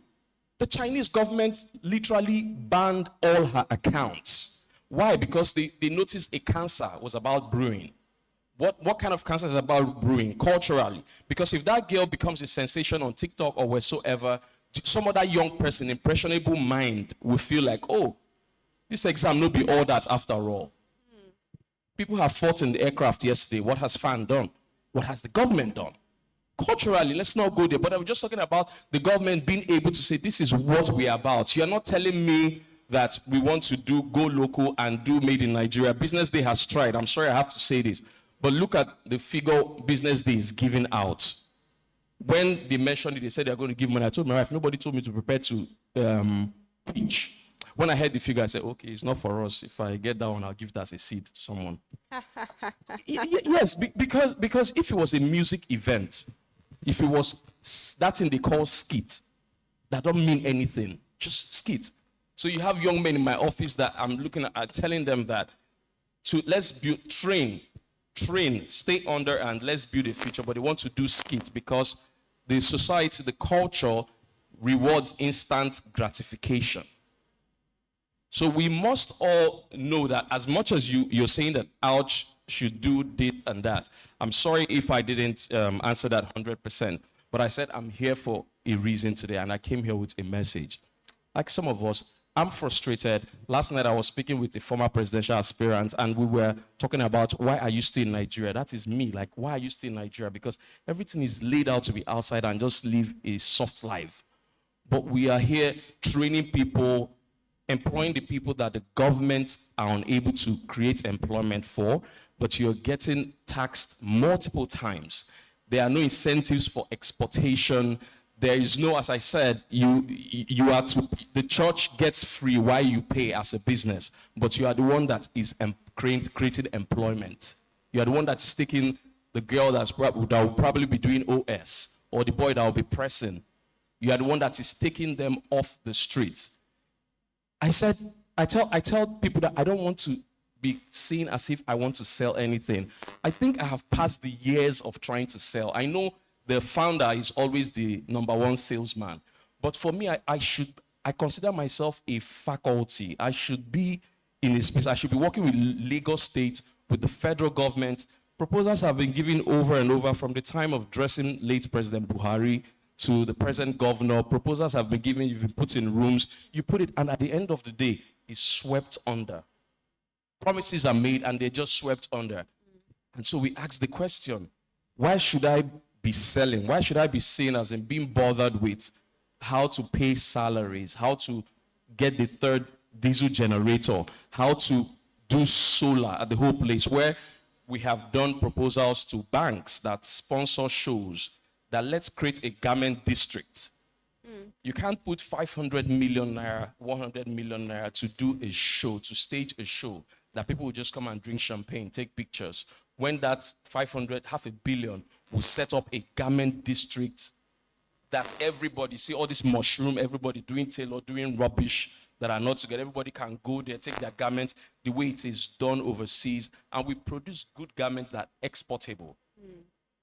So if she allows me, I will keep talking, but Yeah. I think you already know that I'm frustrated. I mean, so we let feel me- your passion. We definitely feel your passion. And trust me, you said that you're not sure if this is a safe space. Trust me, everybody here, it's a very safe space. But I'm going to come to everyone because I want to get our final, this is the final lab, because in the interest of time, I see you have the mic, Flora. But Yeah. I actually wanted to go to Dr. Odutan. You want to just chime in something, just very briefly, please. Okay, no, I just want to say that, Uche, your frustration is felt by every one of us. Absolutely. It's not just you, you're not alone, and I'm sure most people in this hall. So what we can do is if we can transfer this frustration into actual, maybe solution, you never can tell. You could spearhead a cotton brand. We have cotton in Nigeria. So we can start developing the cotton, right from harvesting to processing and all that, and establish our own, what's it called? Like cotton fabric brands. And we'll stop going to Italy and Spain or whichever country in Europe to import those quality fabrics. Yeah. Uche is still angry. We just want to say one more thing. You say it in your final shot, please. Thank you. Dr. Oduta, I'm just going to get your final words on this conversation. In the interest of time, any submissions you want to make in respect to this topic, just while we go, lessons learned, lessons that, anyone can take from your model that have helped you, and, just whatever it is. First of all, I'd like to find out where I can get Uche's outfits. Oh, Because I love it. He passion- said he would like to passion find he where you can shares, get your outfits. I'm sure it's transferred into the quality of his products, and I'm sure I want to be wearing that this weekend. Thank you very much. I hear you loud and clear, because all of us that have manufactured or tried to produce something or the other in this country have faced those problems. But like I was telling somebody this morning, I'm a bit older school than the average on this panel. I've been doing this 35 years now. And I left university in 1990. Yes, it deserves a round of applause. And I have seen an evolution from where you will take a proposal to a bank and they will run you around for 1 month or so. And then if you befriend somebody in the bank, they will tell you, oh, you are still here. That's your proposal. We put it in the bottom drawer the day you left, first time. Why did you run me around for 3 or 6 months? And all the issues with power, with cost of funds. I still got an offer yesterday to borrow money from the bank at 32%. Now, come on, let's be honest. What business am I going to do and make enough 32% to pay you, Providus, I hope you're listening, and pay all my other people? How is that possible? At the end of the day, most businesses just rob Peter to pay Paul to be able to stay alive and hoping that a better day will come. So I think these problems are there, but what I would leave with is this. This is Nigeria. We have over 200 million people. Truth. The reality of it is that the percentage of people that can actually buy anything is probably 30 or 40% of that 200 million people. Probably Frank has much more accurate numbers than me, So the purchasing power is really low among most of the population. But I say something to myself. The population of South Africa is about a third of our population. And if I look at the number one producer of chicken in South Africa, he's probably doing 1 million birds a day slaughter. And if I look at the number one producer in Nigeria, he's doing less than 10% of that in a country that is a third of our population. So there is still magic. There is great opportunity in this country. And if you drive along Lagos-Ibadan Expressway and you see the number of huge industries opening up left and right, just take it as an exercise and drive down that road and see the number of businesses opening up left and right. Then you realize that somebody is able to tap that potential. It is up to us to find that source and to take our own out of the immense potential that we have in this country. And that's my belief. That's what I've always done. Even when I was working for the banks, and I've been working for the banks for many years. In fact, I think I'm their best staff, because the money I give to them every year is phenomenal. But I still do it because I believe in this country, and I believe that round the corner somewhere, there is an opportunity that will compensate me for all the years of service. Thank you. Thank you very much. A round of applause for Dr. Ayola Odunta, please. Amit, please, can we get your parting shots? So I believe it is very important to have an enabling environment in the country. As I said, that it's when we say we want to go local, when we say we want to see how to prosper in the country, I believe it is very important to have a enabling environment where there's a proper public-private partnership, where the private enterprises can do the businesses and the government can implement its policies in the best interest of the businesses, so that the businesses can prosper and can thrive. So that, I believe, once that happens, probably the businesses can grow and the businesses can prosper more. Thank you very much. A round of applause for Amit, both, please. Thank you. Flora. Okay, so go local is simply industrialize Nigeria, and to industrialize, all hands must be on deck, both the public and private sector. We have to come together to make it work. We can say all, we want to say, but the thing is, we have to solve our problems ourselves. There's no Messiah coming anywhere to save us. So all hands on deck, let's come together and industrialize. We know our problems already, so we are the ones that will still provide solutions to all the inherent problems we have in Nigeria. So my dream and desire is for all of us in this room to live here with something, and after that, let's implement most of the things we discussed today, and everyone is going to smile sooner. Thank you. Thank you. Please put your hands together for Flora. Thank you. Okay, so mine would be, we need to focus on depth more than spread. Let's not try to change 20 industries in a shabby way. Let's focus on 5 and do it well. I am speaking predominantly from my industry, which is fashion, leather goods, actually. We make bags, work bags, travel bags, and like all of that. So we need to have very industry-specific investment that understands the industry and that really intends to grow the industry, and then focus, like I've said, on depth and not on spread. Like I'll tell people, if what you make can't be used by people that have the purchasing power, then you're just wasting your time.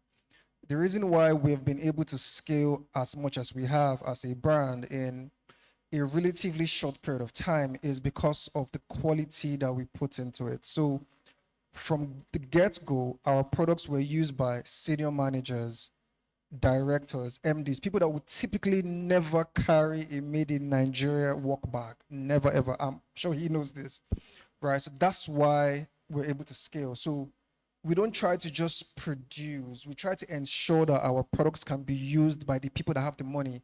Yes, we have 200 million plus in Nigeria.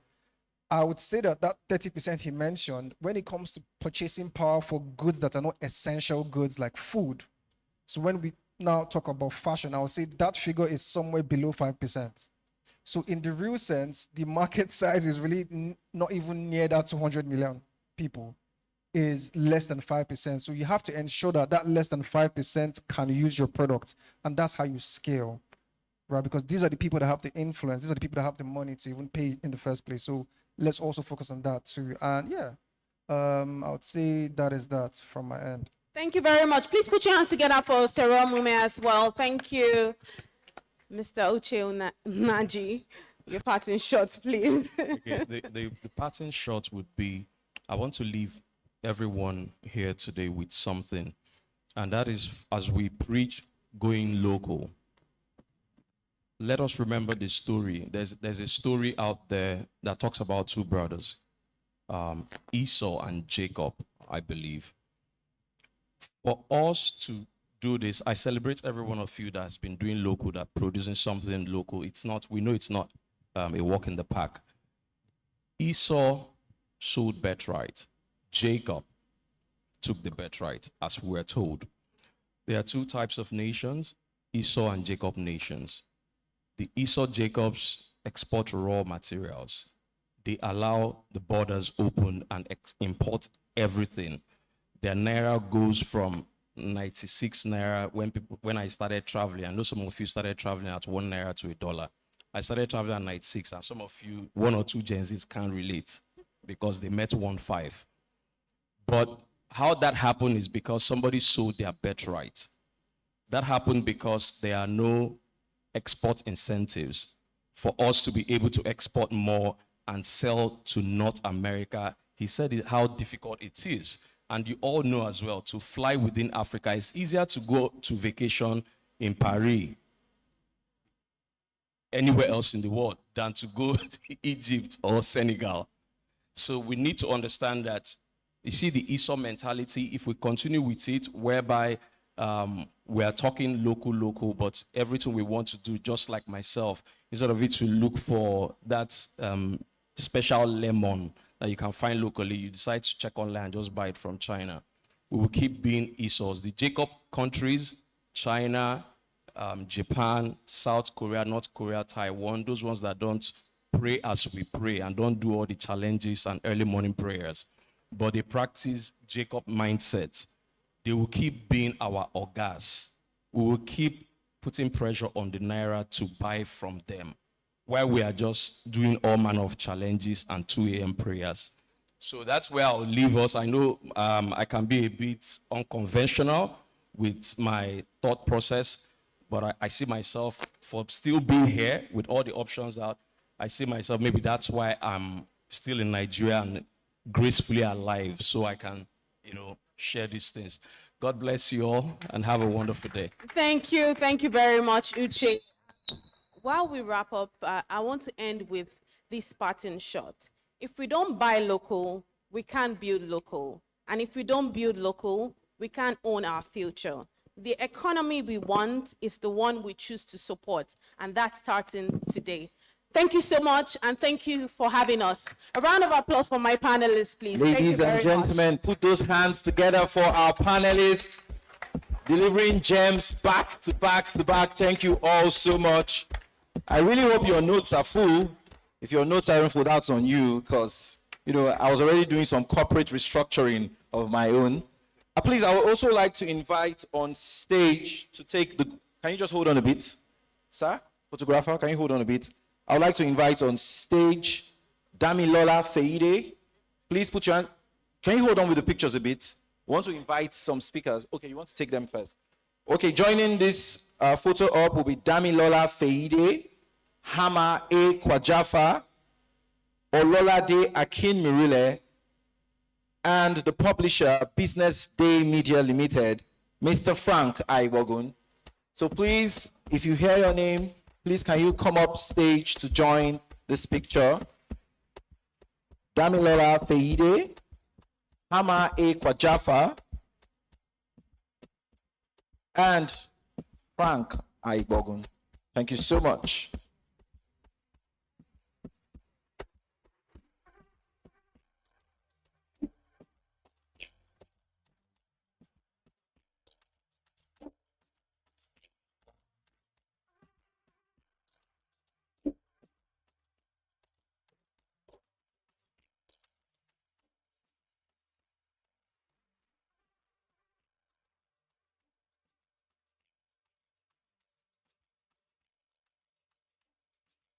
Please put your hands together for our speakers one more time. Put your hands together. Put those wonderful hands together for our speakers. Thank you all so much for delivering gems, just like I said. You may now exit the stage. We're moving very quickly into our next session. But before we go into our next session, let's just do something. Can you all raise your right hand? Can you all raise your right hand? Very quickly. Let me see your right hand in the air. Right hand. Say, I am not Esau. I am not Esau. I am not Esau. Because of me, Nigeria will be a country that is Jacob. I am not Esau. I am not Esau. Because of me, Nigeria will be a country that is Jacob. Thank you all so much. Go Local 2025. Go Local 2025. Go Local 2025. No, we have to do this better. We have to do this better. Please, Go Local 2025. You say raw potential to market power. Go Local 2025. Yes, that's the spirit.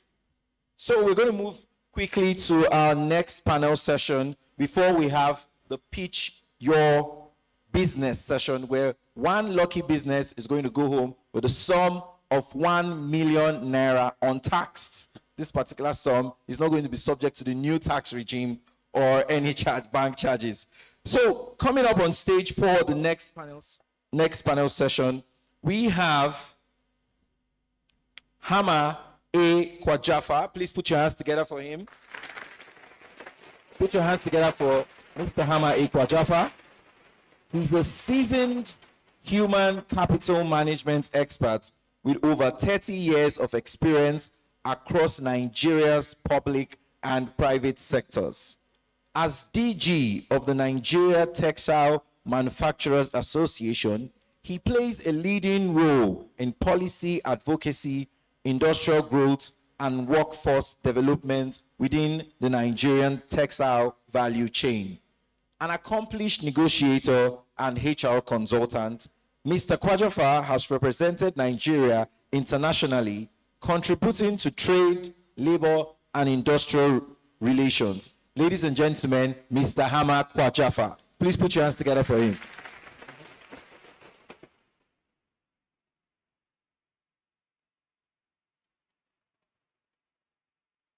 We also have Damilola Feide, the head of SME strategy at Providus Bank. In her role as head of SME strategy at Providus, she leads initiatives aimed at positioning the bank among the top 3 SME-focused financial institutions in Nigeria. She spearheaded Providus Bank's flagship SME program, which has successfully run for 5 years across multiple states. Passionate about entrepreneurship and inclusive growth, Damilola is dedicated to creating solutions that empower small and medium-sized businesses to thrive in a growing and competitive economy. Ladies and gentlemen, put your hands together for Damilola Feide.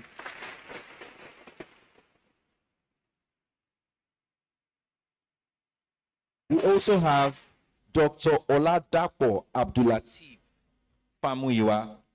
Dr. Oladapo is an accomplished chartered accountant with nearly 2 decades of expertise in taxation, accounting, and finance. He holds a BSc, MSc, and PhD in forensic accounting and audit from reputable institutions in Nigeria and abroad. His global perspective is strengthened by specialized training programs across Africa, Asia, Europe, and North America, enriching his expertise in tax administration and financial governance. Ladies and gentlemen, Dr. Oladapo Abdulateef Famuyira.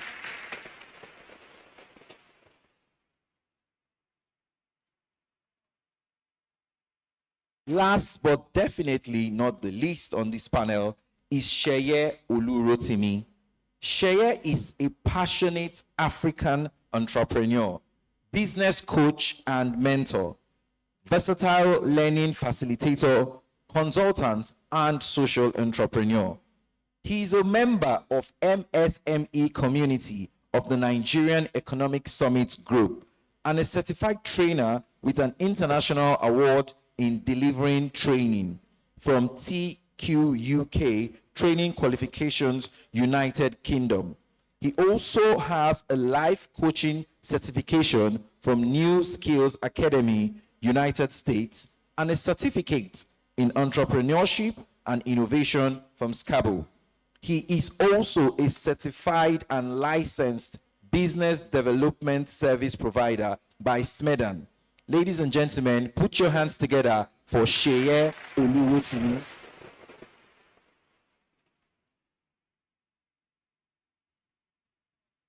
Spearheading this particular conversation and steering us across the waters of what we are discussing today, we have Akemi Inyobong Michael. She is a versatile media professional and communicator with experience across radio, print, and digital storytelling. Now at Business Day, she brings her engaging voice and sharp insight to one of Nigeria's leading news platforms.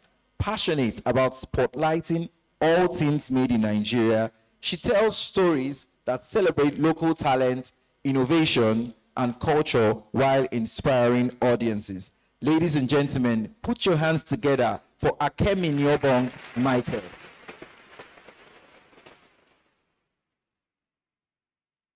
Ladies and gentlemen, I will leave you in good hands now. The next panel session for the course of 30 minutes is going to touch on the Go Local economy, financing, distributing, and marketing for scale. Ladies and gentlemen, please put your hands together once more for your panel. Jam those hands together. You can do better. I leave you in good hands. Good afternoon, everyone, and good afternoon to my panelists. It's an amazing panel out here. I just want to say that if you have not learned a thing or two since you've been in this room, you probably have been asleep or under a rock somewhere, because I, for one, have been awoken from my slumber. And I'd like to put this out there that we have people selling us American dream and other dream. But if we want to look deep into it, the Nigerian dream is being able to use Nigerian-made product, known fully well that it was made in Nigeria, sourced in Nigeria, and locally produced in Nigeria. And we can also proudly talk about it outside, not just in Nigeria, but in the global scale. And that is exactly what this conversation is about today. But right now, on this panel, we'll be looking at financing, distributing, and of course, marketing for scale, the made in Nigerian product. And thank you so much for my panelists. I'm looking forward to an amazing conversation. So I'm going to start with Hamae Kwajafa. And first off, in reviving the industry, looking at reviving it, locally made production and everything, what's the most critical financing and policy interventions needed to help build scalable made in Nigerian fabric chains precisely? Okay, so Mr. Kwajafa, before you answer that, sorry, sir, I would just like to make an announcement. Can we have participants of this summit please come back in? We have a specific time slot where you can go. I know you are all enthusiastic about the exhibitors stand, but please come in. I can see a lot of persons still outside. We have a time slot where you can go and interact with the exhibitors. But right now, we have the second panel session, and we would really love for you to be a part of this and take home a lot of nuggets and gems, just like was dropped in the first panel session.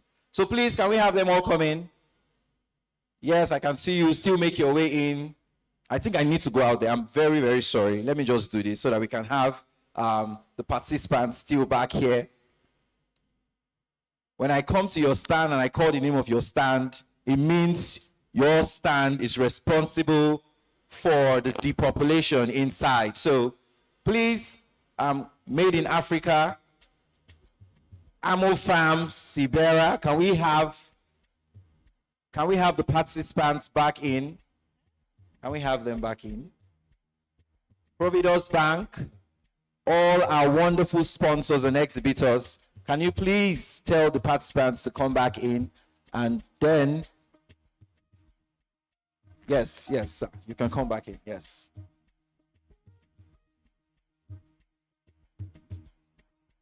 Can we have participants of this summit back in?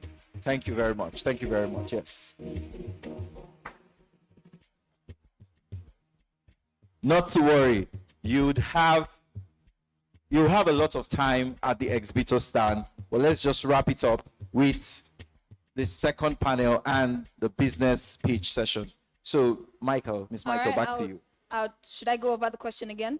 Now, in reviving local production, what is the most critical financing and policy intervention that is needed to help build scalable made in Nigerian fabric value chain? Thank you very much for that question. First and foremost, let me commend the publisher of BusinessDay Media for putting this together, because this is a great contribution. Otherwise, all the things we are saying, government doesn't listen. Nobody hears you. Even this panel, even this discussion now, there's no minister here, there's nobody representing government here to even listen to us. What Uche Onaji was saying is a fact, that they will continue to write letters and it will put under the drawer and it will not move forward until you do something. So the civil service is a great problem. It's a negative to this country. It does not help industry. It's not helping economy. Everybody is there after his pocket. They're not after the progress of any production. And the publisher has done this thing for over 3 years, this program, meeting and this and that. What we request seriously is that he should carry us to the president, to the villa. And let us hear this from the horse's mouth. Because communiques have been written up and down every year, and nothing comes out. And the worst part I've heard is that a senator is even crying. A senator cannot see president until he pays something, and he gives a bribe before he can see the president. So what more of those who are running the economy, what of the industrialists, all these people that are around? That's why everybody is discouraged, that they don't even want to go to Abuja again for any discussion, because it's fruitless. So what kind of action can we take for our people? The government is for us. Government is for the people, by the people, and for the people. And yet, they put politics first more than economy. There's no economic discussion. Everything is about election, about putting this man for 2027, putting this one for that, and this. And this is all the discussion in this country. Nothing about economy. Are we ready for industry in this country? We are still managing 10,000 megawatts of electricity. In the past, even because of the low current, the NEPA cannot take fridge. Low current. What a big industry. South Africa has 60,000 megawatts of electricity. They have never said they are the biggest economy in Africa. It is us that beating our chest every time we are the biggest economy, like titles. Are we productive? Can we come out for once and tell Nigerians what you want to do for economy? Because it is not working. It is not working at all. Every day somebody comes out with a problem, one thing or the other. Our export is not even working. You said that we should not be a consumer nation by importing things. But what are we doing for exports? When there's devaluation of the naira, the dollar has gone up, you're going to compete with your peers. They just complain that even AGOA, that is given free for all Africans, Nigeria is not benefiting for AGOA, African Growth and Opportunity Act, that was created since Obama days. And many countries are benefiting. It's only Nigeria that has never benefited on AGOA. Moderator, let me go to your question because I'm disturbed. I'm disturbed because we're not achieving anything. We're not achieving anything. But I only commend people like the publisher who can try to do something. Has government done anything like this? This is a private individual doing this contribution, one person. Why can't they all come out and think of this country, think tank, or convene an economic summit with all manufacturers and let's discuss. The Indian came here, he said our problem is enabling environment. One of the panelists said he's happy, he's proud of Indian culture, that they maintain their dress culture, they maintain their manufacturing, and nobody goes there to counterfeit their products. Nobody has ever counterfeited the sari. Nobody has counterfeited Hollandese. Nobody is counterfeiting English wask. It's Nigeria, Ankara, Nigeria, at the rate of all places that they come and counterfeit for us. At the rate they are doing in Nigeria, Chinese is counterfeiting it and coming it to all same market and selling it cheaper. Leaving out the local manufacturers out of market. Nigeria had 200 textile mills. 200 textile mills. They all closed down, and government did not beckon, did not wink an eye on what is happening in that area. 200 textile mills. And then you still go out there looking for FDI, foreign direct investment. Those locally here, you don't want to protect them. Because the civil servants are pushing you, they want to go abroad and get extra code. That's all the civil servants want to do. Otherwise, why can't we help the local industries in Nigeria? They are looking for new FDI to come to Nigeria because they want to travel abroad and get extra code and come back with the president. And nothing works again. They come back, they go to Dubai, go everywhere, they come back, there's no white paper. There's nothing on what they have done since they traveled. What's white paper? What is the result of what they have done? We don't know. And we continue watching. I want to plead on the publisher to ensure that he moves us to Abuja, see the president, because this is an annual program. At least 1 year, please work out something. The media has to do something for us to meet the president. The manufacturer has to meet the president in a town hall like this and discuss with him. Because the problem is going nowhere. Nothing is going. Nothing is working. They go to Balogun market. You don't see any textile made in Nigeria there. What they have done is bringing polyester into Nigeria. Nobody is using cotton again. Nobody is producing cotton material. They have taken over polyester. Polyester is a byproduct of crude. We have the crude, but are we producing in Nigeria? Are we having the petroleum? Are we refining here? We are watching, all of us, and our refinery have all closed down. And we are happy, and then the plane is coming here, they are going on strike, doing this kind of things. And in their own face, the 3 refineries are not working. And they are not going on strike about that. Are we concerned about production? If you say our refineries are not working, and then somebody has opened, you are protesting for him, you are going on strike because of him. What of your own that has closed down for years? Are you not supposed to be redundant workers? You're supposed to be retrenched workers. Because what are you producing? We have to think twice. We have to put our thinking caps. Why is enabling environment? The ministry is busy working only on immigration. Are they working on production? on what the enabling environment can produce? What is the megawatts of electricity we have? What is per kilowatt hour about charge of electricity compared to international? Kilowatt hour here is about 260 naira, it's not up to $1. People are having 4 cents per kilowatt hour internationally. Ethiopia, in fact, they don't have any warehouse for textile. Everything they are producing, somebody is coming here and coming there and taking it immediately. There's no warehouse. He's not keeping it anywhere. Or only we can't offload it to the market, and therefore they have to close. The 3 shifts they're running, they have to reduce the 3 shifts to maybe 1 shift, and employment is down. Yes, sir. How many people can you employ? No, I'm talking of the policy. It's part of the policy question you are telling me. And so I'm talking about the right thing, the things that bother us. Yeah. It's not about financing. We are getting financing.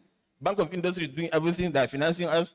They have retooled the machineries that we can produce quantity and quality of textiles.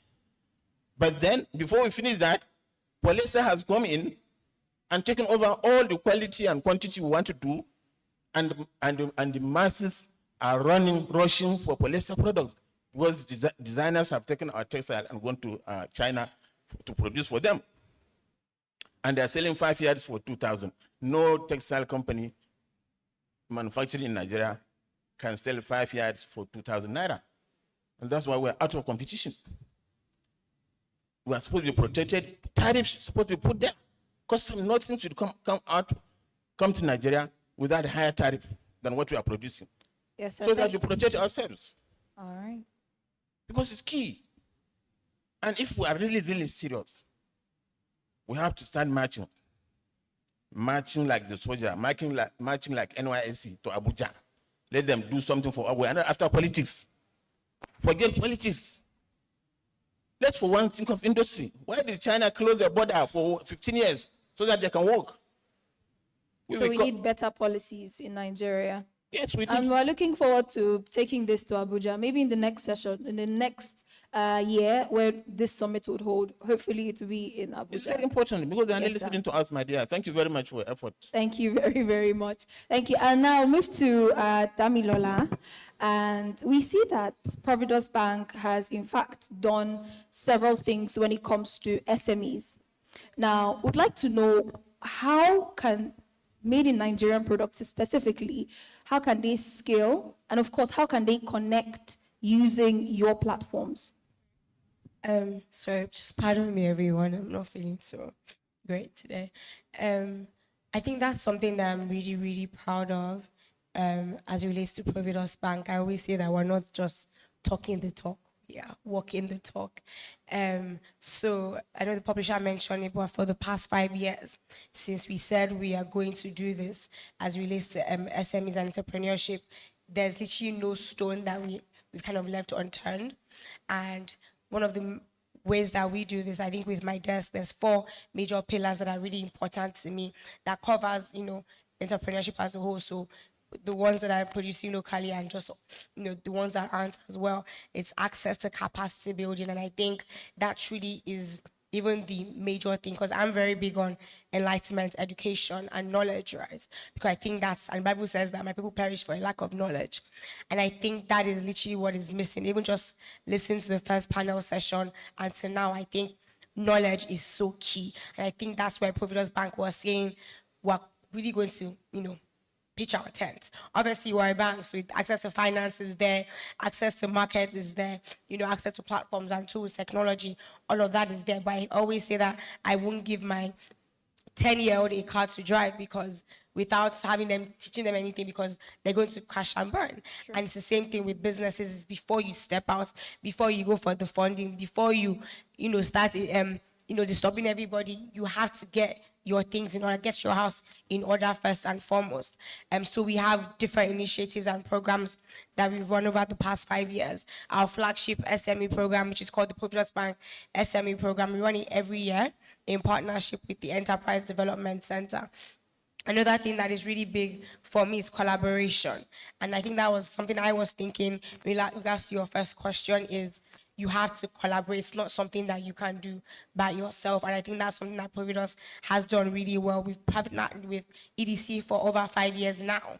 And another thing that's really important to us is we said we're doing this in Lagos and Abuja. We're getting about 4,000, 6,000 SMEs apply to our programs to get training with EDC for free as well. So Providus Bank covered that for about 3 to 5 months. Then we also included this year a mentorship program, because it was really important that you get this training, right? And how do you want to start implementing and executing your business? You had that hand holding. But something else that we've done over the past 2 years now is take it across Nigeria, because it's really important that it's not just Lagos or Abuja, right? So I'm coming from Abeokuta, which I was there last week, and we took EDC literally and mobilized them to Abeokuta, and we're able to train 150 SMEs. And most of them are actually in agriculture, because if you know Ogun State, they are really big in agriculture, and we had the Commissioner for Agriculture and Food Security present, the SSA to the Governor on Agriculture present as well. And one thing we also did during this training session for a week was we got them to actually come and start pitching their businesses and talking to us about their businesses. And what I was able to do, I remember texting my ED there and there saying, they were pitching for like access to finance and loans, right, and loan products. But I said to him, I want to encourage and support them more than even just this. I want us to be able to give them grants, which again, as a bank, it's really rare that you just say banks are just giving out grants. But again, I think it's just in line with what we're doing to really support these businesses. Because a lot of these businesses, especially in the agricultural sector, they are producing, right? I think that was the first time I heard about Noella. I don't know if I'm saying it properly. So it was just, and I think that's what this bringing them together really does. It's even for us as well, understanding what is going on, their challenges, their needs. Because from hearing their challenges, immediately I was like, sir, we need to do something now, not just even a whole process. We need something for them now. And I think that's really what we're able to achieve through our capacity building programs. We partner with NCIC, Nigeria Climate and Innovation Center, for the past few years now, where we're training businesses within the green economy ecosystem as well. We have our flagship women's program that we've done with EDC and United Nations Women. It's called the Providus Bank She Thrives program, because again, I'm a woman and I heard that just, but it's important that we're reaching every single person. And I think production and in manufacturing was something that was really important to me as well this year. So the mentorship program that we actually launched, I think our first sector was in production and in manufacturing, because again, I was like, I need them to have a mentor that can really work with them, because it takes a lot of courage for businesses to say, not just am I going to start a business, but I'm really going to focus on it being local, right?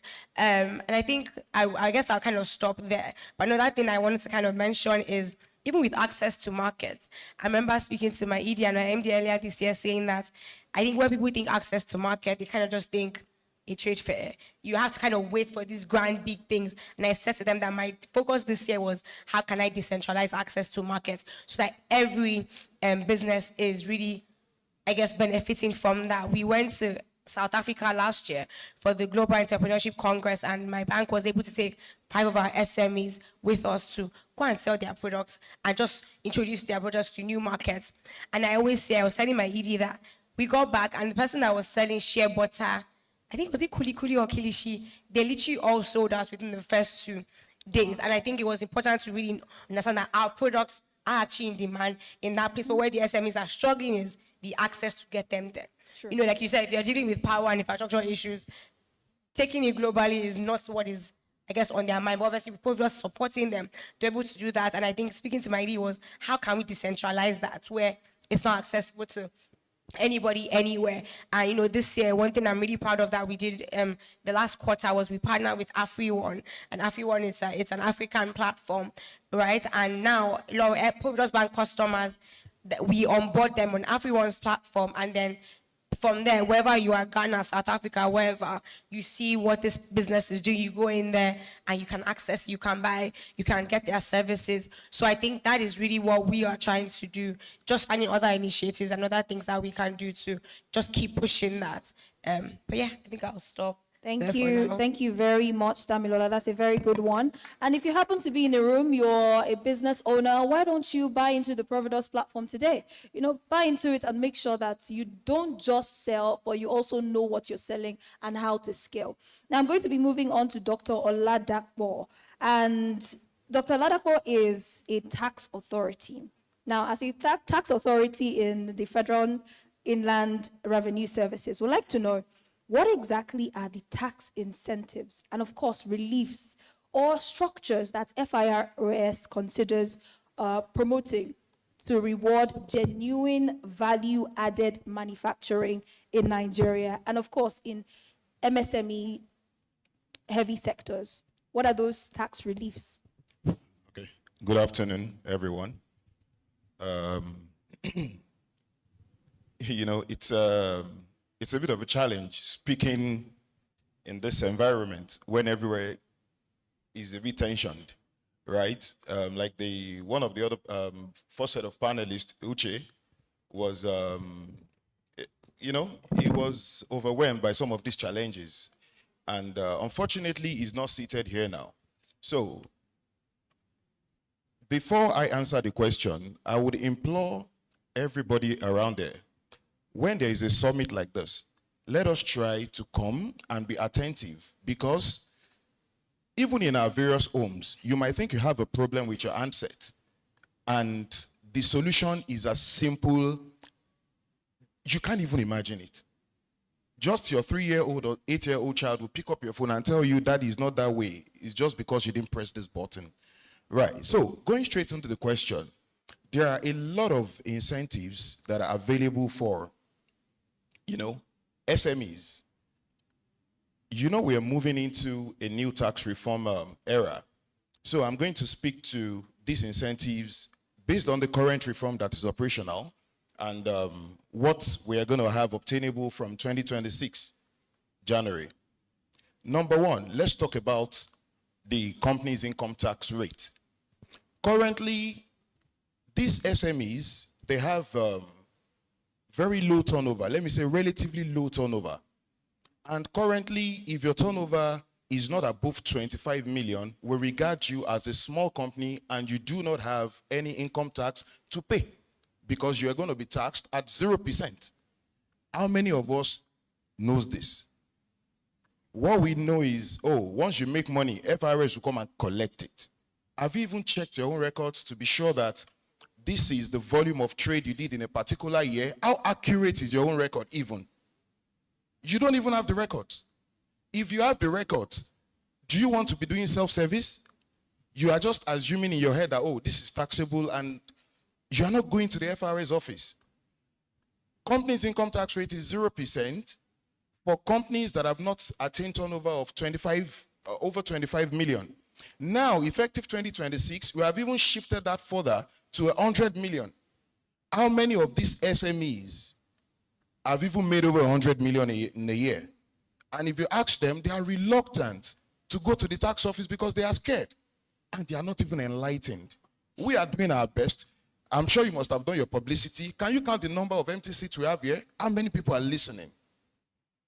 That is on the company's income tax. Let us talk about capital allowances.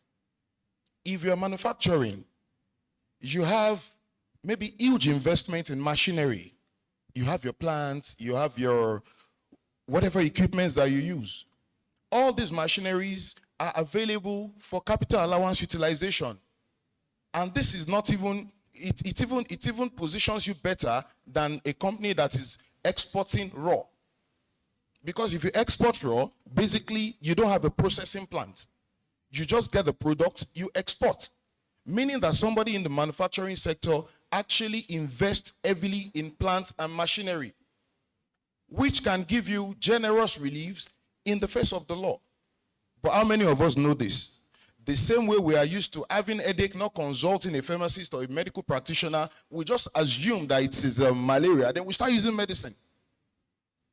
Who pronounced that it was malaria? How knowledgeable are we when it comes to the tax laws? That is on that. Let's talk about research and development initiative. We are supporting research and development. Currently, we have research and development expense as an allowable deduction. If you make this income, you have expenses that you can set off against it to become, a low profit company that you pay less tax. And from 2026, we have given you the room to take up to 5% of your turnover as allowable research and development cost. Meaning that the same company that we are saying, if you have not made a turnover of over 100 million, don't even pay tax at all. We are still saying that even after you attain that threshold, we can allow you 5% of that income to plow back into your business in the name of research and development. You know how your processes are going to be enhanced if you have 5% of your turnover granted. Yours truly. How many of us know this? Currently, we operate a pioneer incentive scheme that can give you tax holiday for initial 3 years, and it can be extended up to another 2 years, making 5. Meaning that as a small business, if you're operating in a particular sector of manufacturing, maybe textile and specific sectors as prescribed by the law, you may not even pay taxes in the first 5 years. How many of us know this?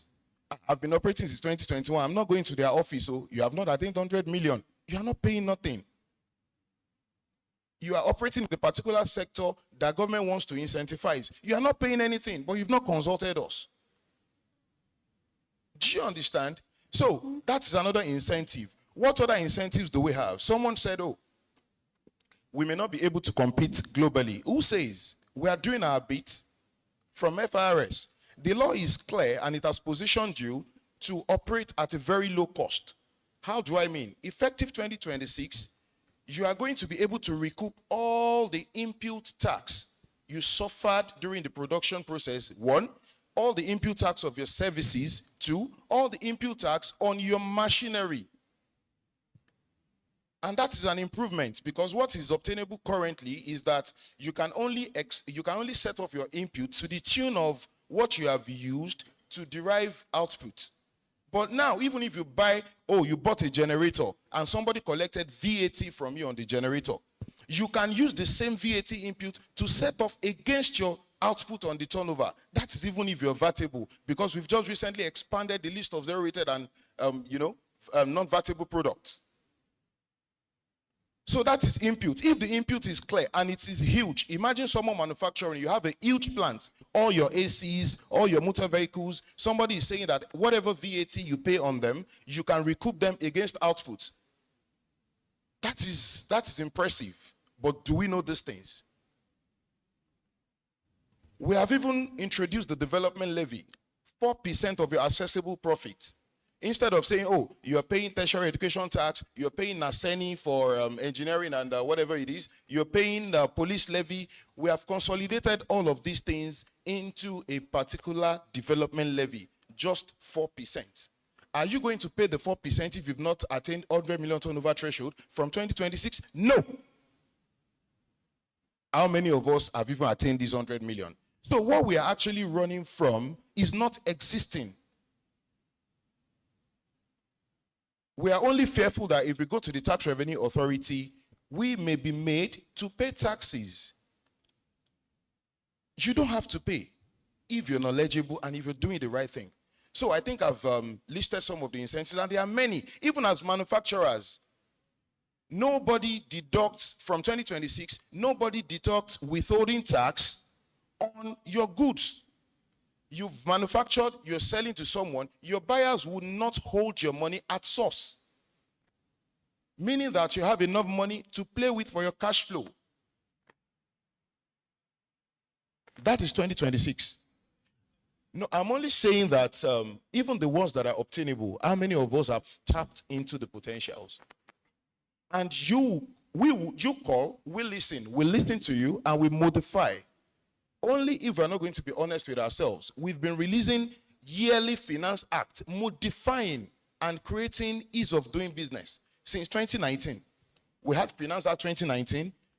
If you made another recommendation, we introduced 2020, 2021, 2022, 2023. Now we said, okay, let us do a general overhaul. So these incentives are there. Your company's income tax, 0% if your turnover is not up to 100 million. Your tertiary education tax, all of those other taxes repealed. You are going to pay a development levy. Even if you're not up to 100 million threshold, you ain't paying nothing to government. So I think we just need to be abreast of all of these things. The same way we have a family doctor, we have our family lawyers. Let us have the habit of getting tax consultants so that we are not running where nothing is chasing us. Thank you. Thank you very, very much. And I'm hoping that from now on, we have the right questions to ask when it comes to our tax. And thankfully, thank God for Business Day, we also have a tax calculator. So all you have to do is go online and check it. You know, go ahead and check it. We're here for you. That's exactly what Business Day is for. And now let's move to Sheye. Now you run MSME Africa. And one thing we'd like to understand is, using MSME Africa, what practical frameworks can MSMEs generally in Nigeria use to audit and optimize their local material sourcing? I mean, we've complained already about material sourcing in Nigeria. Now, what exactly are those practical frameworks that you've gone with to meet both quality and, of course, cost goals? Thank you so much for the question. And so, I like the fact that we're on two things, quality and cost. So maybe the first thing I want to say is this. When we talk about going local, it's not just about being patriotic, because that's what comes to the mind of everybody. If it's just because we want to be patriotic, and then I think we're not having a whole conversation. Yeah, we want to go local because we want to be patriotic, but apart from being patriotic, we are also going local because we want to be strategic and because we also want to make profit, right? So if I'm going local and I'm not dealing with the issue of cost and quality, I would not be doing as well as I should do. And what do I mean by this? If I'm going local and my quality is still whack, there is a problem, right? So if in the mind of an average person, when they say made in Nigeria, made in Aba, made in wherever, if it still means inferior product, then that means we are not doing our homework well. It means that we are just looking at, okay, if I go local, people will say I'm patriotic, but what about the quality aspect of things? And so when it comes to framework, I think we need to understand that. So that's quality, right? I will talk about cost, then I'll wrap it together and talk about the framework. When we also talk about cost, somebody talked about the fact that if you bring in some things from China, they are even cheaper than what you manufacture in Nigeria. So what's the incentive in it for me to source a material from Nigeria which is more expensive? Yes, I want to be patriotic. I love Nigeria, but I'm also looking at my bottom line, right? I'm looking at the cost of production. So if I can get a product from China or wherever for 20 naira, and if I'm going local, I'll get it for 15 naira, do I still want to do it? So it means that all of us need to all hands have to be on deck. The manufacturers, government, the private sector, and ask ourselves, how can we tackle the issue of cost to ensure that going local is not a disadvantage to us, right? How do we bring down the cost? Where is the place of policy here? Is there something government could do to help us bring down the cost of production? So in the last few years, cost of fuel, cost of power, cost of transportation, everything has gone up. And all of this go into the cost of producing locally in Nigeria. What are we going to do to ensure that these things are actually brought down to the barest minimum so that we can manufacture locally, we can go local and remain profitable while we are still not sacrificing quality? So what are the practical things that we need to do? The manufacturers need to look at the things that they are doing and ask themselves, the things that I'm sourcing right now, which of them can I get locally? And is there a cluster where I can get it? Because I know that when we get things in cluster, it becomes a lot cheaper. So that's why we talk about Aba. You know what we can get in Aba. You know the things you can get in Inewi. So can we have more clusters around Nigeria where we can source raw materials cheaper? And which also means that the government will pay attention to those clusters. And they can say, because there's a cluster in Aba in Inewi, I can give them 24 hours power supply at minimal rate, right? Or I can ensure that I take care of their logistics. Then we can also look at backward integration. So if I'm manufacturing for, I know there is a fast food brand in Nigeria that knows, because they consume a lot of chicken, they get local farmers, they source for whatever they need, the day-old chicks, the feed and everything, they give it to them, and they are coming back to take those things from there. That's one of the things we could also do, so that we can capture all the hens and ensure that we are going local, we are producing locally, we are making profit, and we are not sacrificing quality. Thank you very much. Please let's give him a round of applause. Thank you very much. Now, to wrap up, I'm going straight to Kwajafa. Now, to wrap up, I'd like you to tell us one thing that you believe is something that is needed as collectives, creatives, that we need to do together to collaborate more or less in order to make sure that when we are going local, it's not just, as he mentioned, about producing, but also about quality. What can we do together to make that work? Well, thank you very much again for this question. Let's give this government the benefit of the doubt. Since now they're talking about Nigeria first. So how is this Nigeria first going to go? Are they going to use tariff to stop unnecessary counterfeiting and dumping of products on our shores?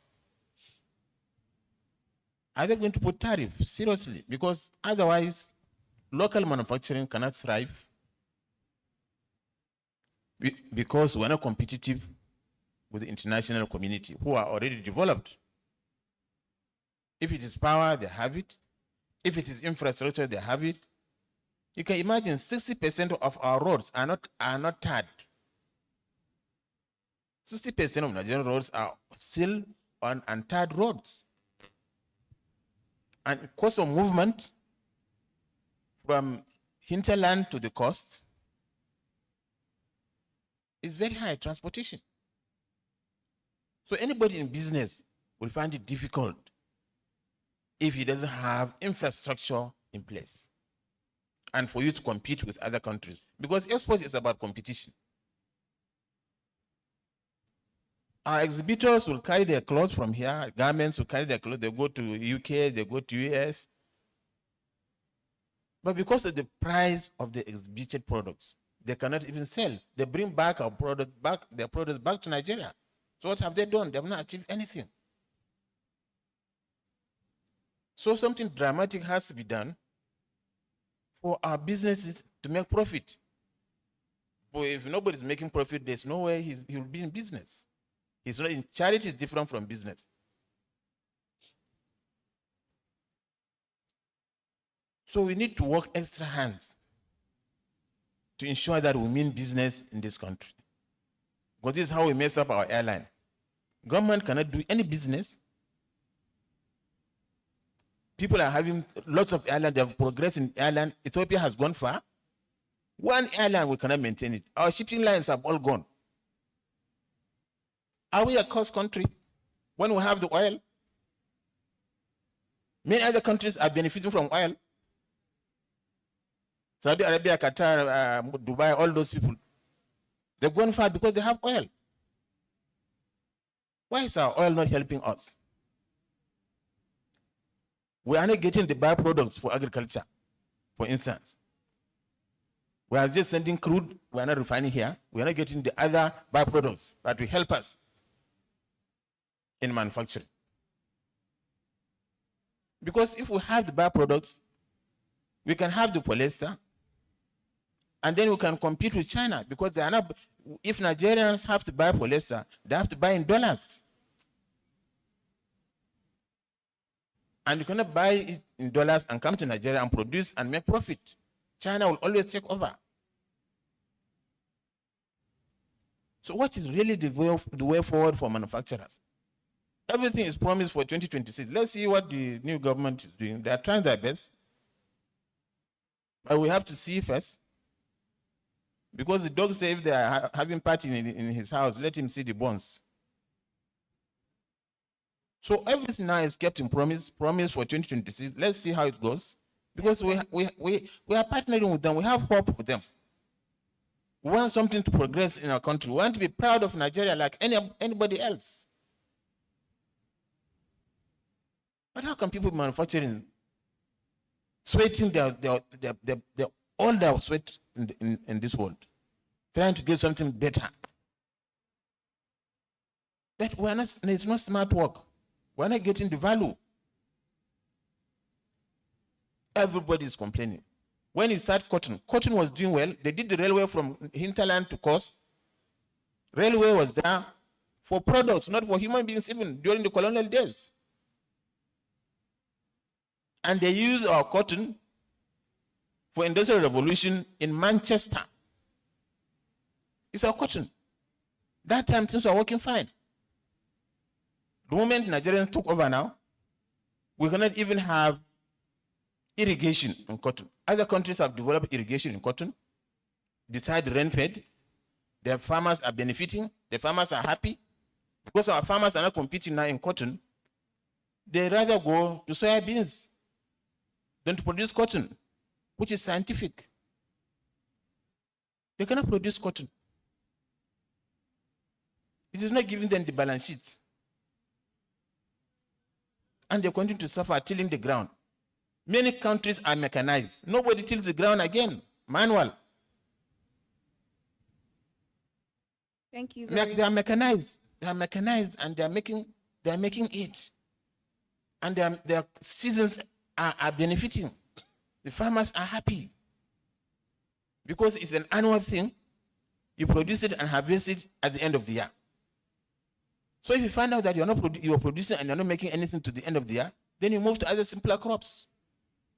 Thank you. Thank you so much, sir. So not just about thanking me. You're not thanking me because I'm not said my mind. Because this is key. That's why they brought us all here. The publisher didn't just waste his time. The publisher did all this thing for us to voice ourselves, to voice out our feelings, to say something. How can Nigerians benefit in all these things they are doing? Manufacturing, farming, doing all these things, people are supposed to benefit. People are supposed to be happy running to the banks at the end of the year. I tell you, cotton made all these allergies in the north. It's cotton as cash crop. In those days, they schooled their children with cotton. Everything was money cash crop. This is the cocoa and the palm oil.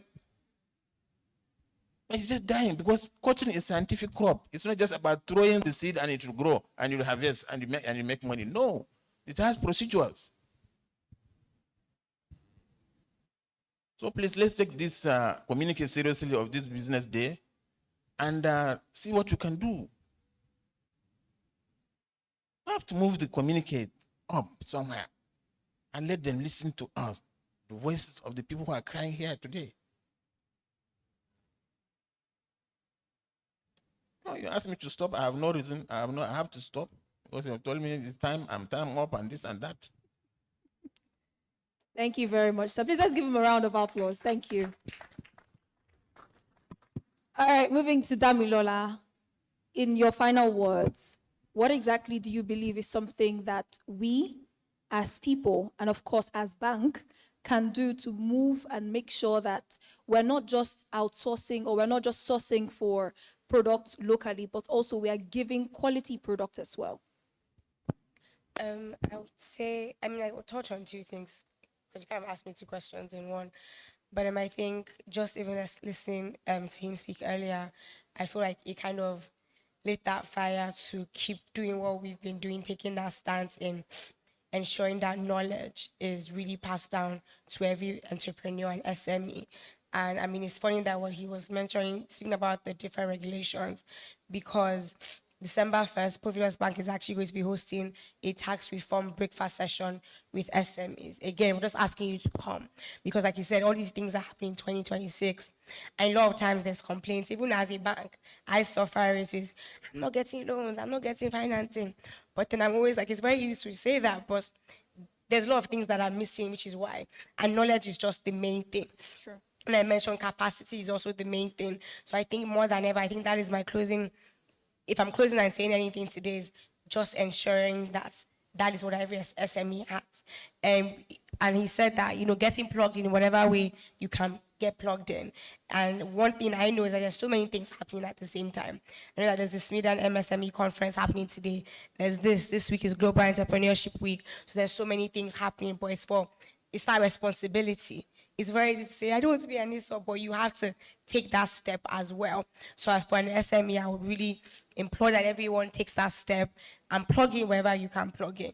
I always say as Nigerians, it's one thing for us to complain, but it's another thing to take action, because you can't really wait for anyone to kind of save you, And then as a bank and as a private organization, I always say we're very big with collaboration. So I think now more than ever is really doubling down on that and collaborating more, figuring out what we can continue to do and just keep doubling our efforts in doing that. So I think I would just kind of end there. Thank you very much. And Dr. Oladapo, few words concerning everything. Well, just to wrap up, tax is simpler than you think. It is simpler than you think. If I ask in this hall now, where is the closest tax office to you? You may not even know. And there's this popular saying, if you decide to close your eyes for a devil to pass, someone with good spirit will also walk past you. Some of us have received correspondences from Federal Inland Revenue Service. Maybe the first one was more of enforcement or telling you to comply. And after that, you instructed or directed the man at your gate. Once the letter reads FRS, don't take it. How would you know that if you dial star 829 hash on your phone, you can access our offices, you can know where the nearest office is, you can retrieve your TIN. I can see someone picking up a pen. So you did not know. I'm just telling you. So tax is actually simpler. And if we do not do our own bit by, opening up to receiving information from the revenue service, we are going to do ourselves more harm than good. These things are clear and in the law. Maybe another incentive that we should all be happy about is that even the pioneer that I talked about that will last for 5 years, from next year, it could be up to 10 years, because the first 5 years, you can enjoy what we call the annual tax credit. And that same annual tax credit for 5 years from your production day, if you're into a particular manufacturing sector. And after the 5 years, we can still extend for another 5 years. It means in 10 years, you may not pay tax. How many of us are aware? How many of us are even keeping our records? Because some of us that have even thrived over time will tell you that, FRS people will come. Once it is audit time, it is war. Audit is about verifiable evidences. That salary you paid yesterday, where is the evidence? The turnover you made, where is the evidence? And we keep blaming the revenue service for some things. How accurate is the data with revenue service? How are you enabling us to gather accurate data? When some of us would make income of 100 million, we'll declare 10. And we'll make policies based on this information we have residing in our depository. How do I want to know the less privileged sectors? So I think it's an opportunity to tell the organizers of this event to, keep doing this, maybe more regularly. And FRS is equally trying.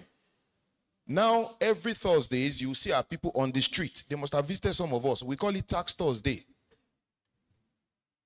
Name your problem, they will solve it on the spot every Thursday. But when you see them, you lock your shop. How do you know what they are there for? We also hold frequent tax clinics. As the name implies, clinic to solve a problem. Something like this, people are there, designated.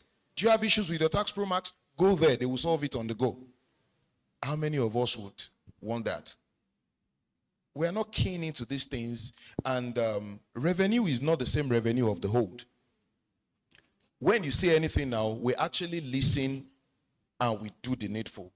But help us with accurate information, more stakeholder meetings, like now, you need to maybe work with trade associations, get their own statistics and data to tell us that, oh, this particular aspect or this particular industry is less favored. How? Then we will now reconcile the data we have with your own. Then we can make the pronouncement. But if we do not know where the shoe is pinching, how do we solve the problem? Many people would file inaccurately, incorrectly, then would now make decisions based on these records. So I implore all our taxpayers to please be transparent. You may not have a problem, you only think you have one. Then most importantly, keep your records. No matter how, it doesn't make sense to you, it will make sense to the tax authority. Once they come to you, prove to me that you did this, be able to prove it. It sounds easy, but that is the practice, because I've headed audit for so many years. I can tell you that's one of the challenges most people are going to face. Because now I'm saying incentive, 5 years you may not pay tax, 10 years. What if those periods now lapsed? What is going to happen going forward when we have come to check? Some of you have not even regularized with their regulatory authorities. Oh, I'm into exports. Where is your license? Where is your certificate? You don't even have, because somebody is, something is injuring you at some point. Oh, maybe I have an incentive for bureau de change. But I'm asking you for your BDC license, but you cut corners. You even deceived the CBN to register in a name. You are now trading. Yeah, the substance is bureau de change. Or the form is bureau de change, but the substance is you are doing other businesses. But because of those other businesses, you cannot even relate well with your regulator. Now you want to come to FRS, you are proving to me that you can see that it's 1 million that went out, it's 900,000 that came in. You can see his margin, his bureau de change. Show me your license. We don't have. So tax is very simple, and it's becoming simpler. Thank you. We've now introduced the Office of Tax Ombudsman to even support and cater for taxpayers to address your issues. Unlike currently that we have just our residing Servicom unit. This is an independent party. Call the person, I'm aggrieved. This is going on. Then they will mediate between you and the tax authority. Even the fact that you have less authorities to visit is a plus. We now have a unified framework. You don't have to go to this, go to that. Just one stop. You've done all your tax filings. We now collect electronic correspondences. You don't have to come to my office before you file. Because I know that it may be inconvenient for small companies, to be making frequent visits to tax offices. If you send me a document via email, it suffices. I will record it. Thank you very much. So, thank you. Thank you. And to you, share in just a few words, please. Okay, I would make it short. And I think I just want to piggyback on what Dr. Ladapo has been saying, which is basically about access to information. There are a lot of things that we are entitled to, but because we don't have information about it, and because we have some particular mindset, right? When you hear FIRS, these guys are after my life. But there are incentives, right, like you just mentioned. So I would implore us as local manufacturers to take advantage of information, right? To go after information as if our lives depend on it, because our life could actually do. There are a lot of information around financing that we don't know. When it comes to financing, what most people think about is debt funding, right? Let me go to the bank and get a loan. But there's equity funding. There is grants. A lot of people do not even believe that these grants are real. But I have a community of about 7,000 MSMEs, and it seems like a particular set of people are serial grant winners. They keep getting grants. They keep getting into incubators and accelerators because they have prioritized information. While the other guys are very skeptical, they think that this is for a particular set of people, and they are not looking for those information. So I think it's a call for all of us to be very, very particular about getting information, accessing them, and making use of them in ensuring that we are actually improving on our business. For instance, the Nigerian Stock Exchange has what we call a growth board that enables small businesses to get listed on the stock exchange. How many of us know that? So we see the startup guys, and they seem to be doing a lot of things very well. They get a lot of money. So what do? Startups have a playbook. They will not go to the conventional commercial bank to get a loan.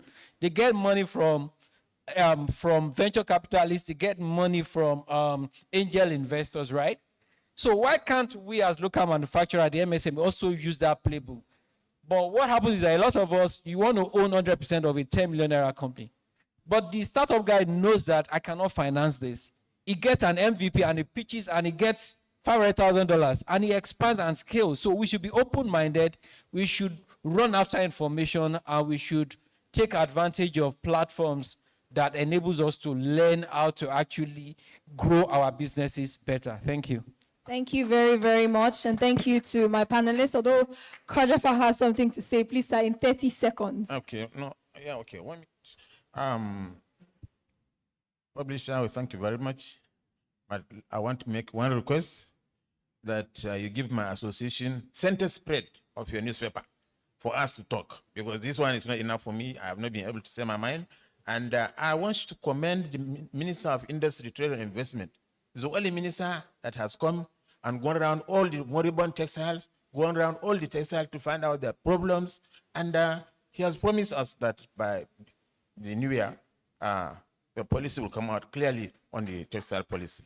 So we need to commend him for that. Thank you. Thank you very much. And thank you to my panelists. Thank you for being a body of wealth and knowledge. And I want to add that for us as humans, for us as individuals, for us as citizens of Nigeria, we should make sure to purchase things that are locally made, locally manufactured, locally produced here, and also be proud of it. When you wear something Nigerian made, make sure that you tell people that this was made in Nigeria by Nigerians for Nigerians. And if they want to buy it, they might as well. You know, we have to be proud about what it is that we own and what it is that we do. And if you're a producer in the house, make sure to give yourselves shout out, because you are the real MVPs. Thank you very much. And thank you for listening. Ini, before you leave the stage, the audience, they have questions that they want to ask some of the panelists. Okay. So I don't know if you can take a question. Just one, please. Okay, just one. Okay. Okay, hi. Good afternoon. My question is for Dr. Oladapo.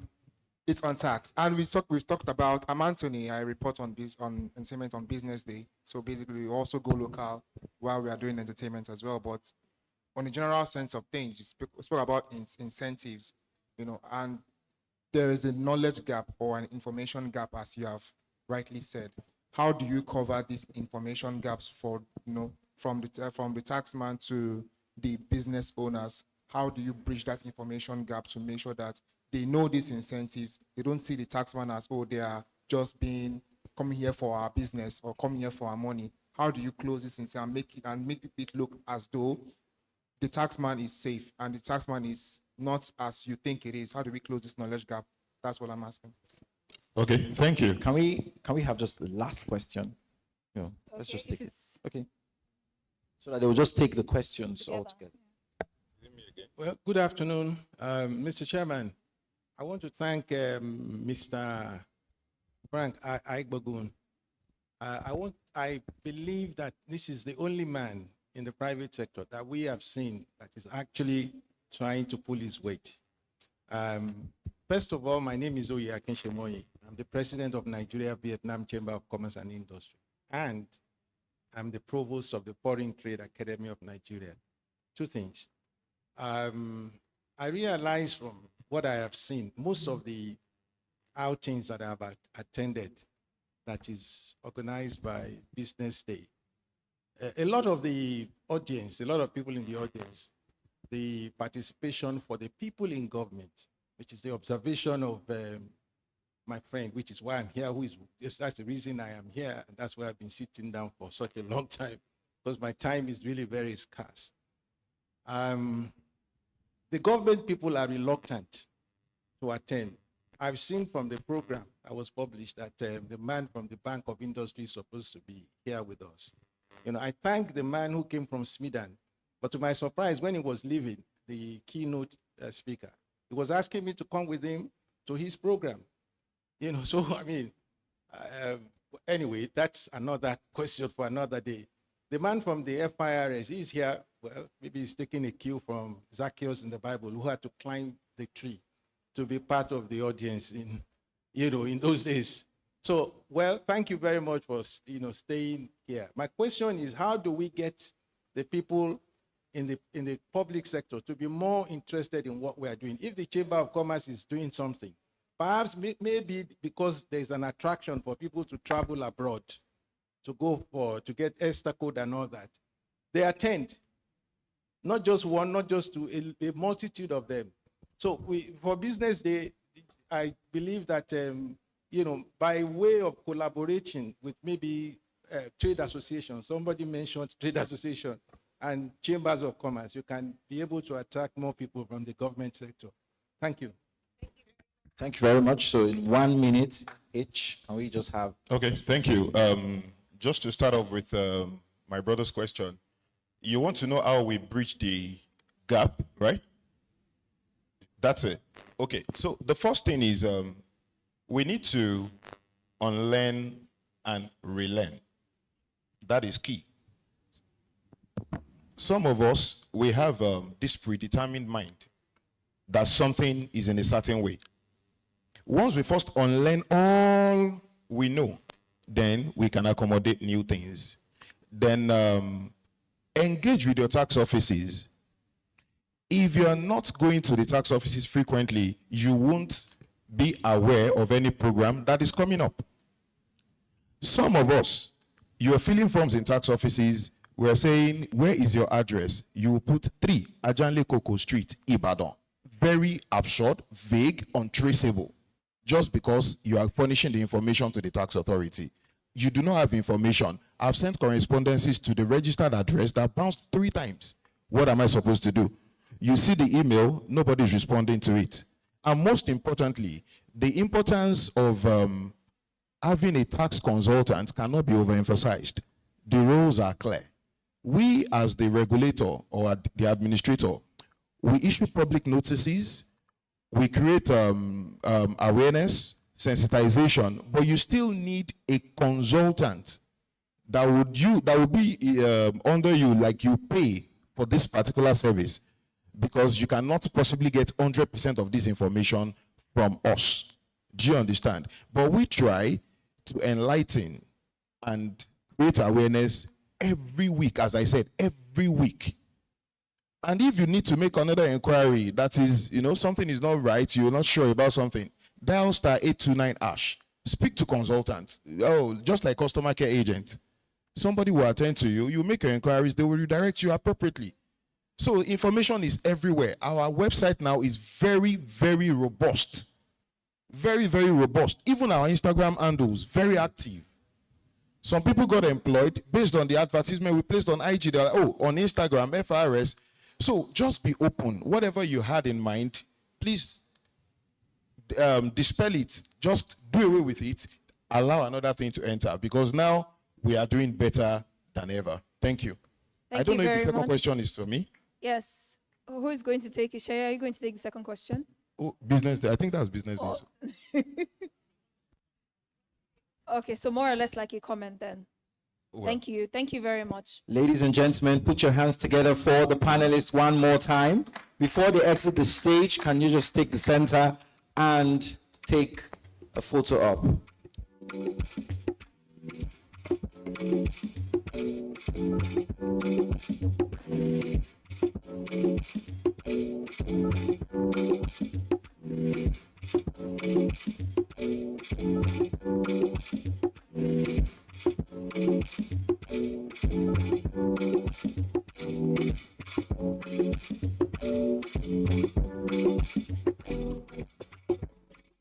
Please put your hands together for the panelists and the moderator as they exit the stage. Make that better, make that better, make that better.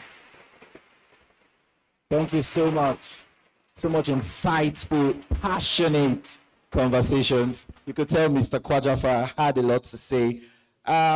Ladies and gentlemen, I think I can say right now that this ship is about to get to the harbor point and we're about to offload, but we just have something. We have 2 goodie bags. Let me come down to do this. We have 2 goodie bags sponsored by Nat Noodle Foods. So we're going to have a quiz session, and the correct answers to this quiz session will go home with a goodie bag. This is before we have the pitch to win business session, where Business Day is going to be giving out the sum of 1 million naira to a lucky business. So Here are the questions.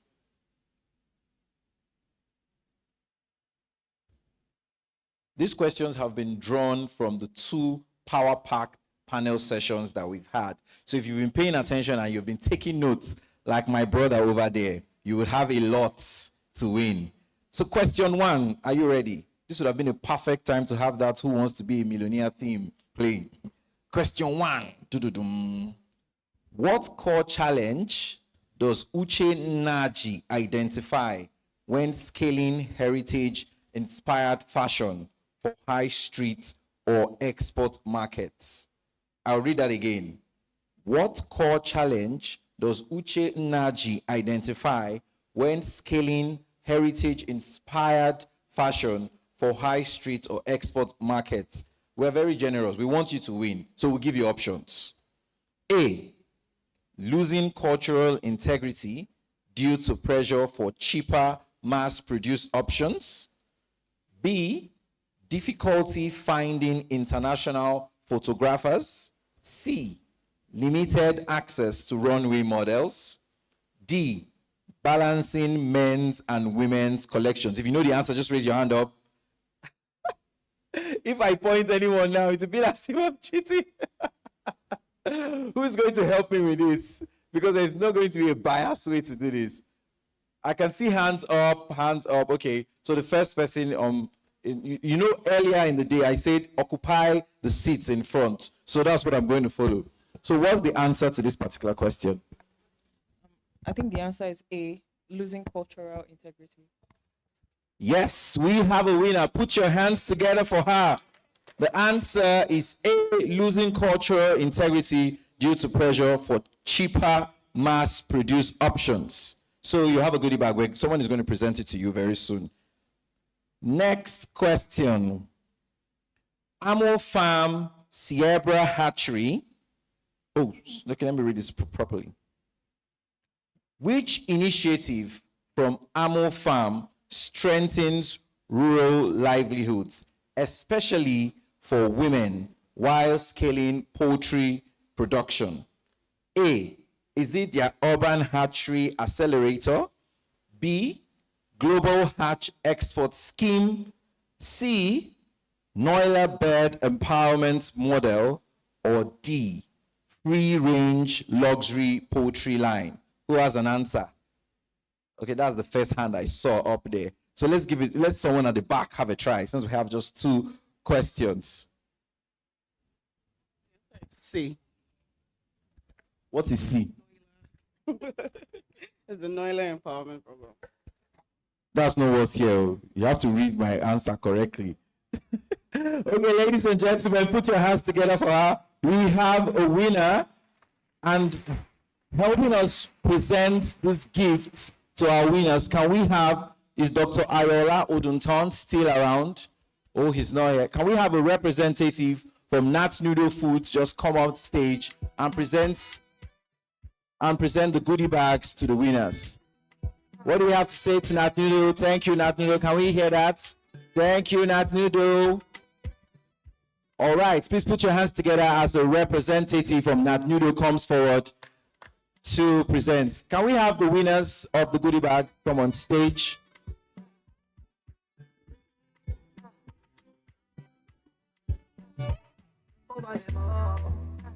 I think they contain the same packages, so no one, you shouldn't look at one as inferior to the other.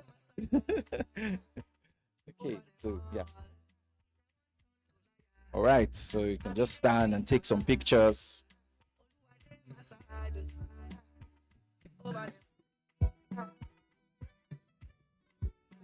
30 December loading.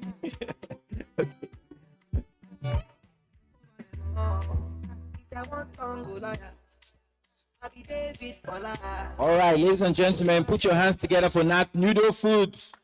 Make that applause better and better. Thank you so much. Also, I just want to remind you all that we are still at Business Days Go Local Summit 2025. So if you are interested in having a Business Day subscription, you can go outside. I think there's a stand there where they can just take your details and help you with that subscription.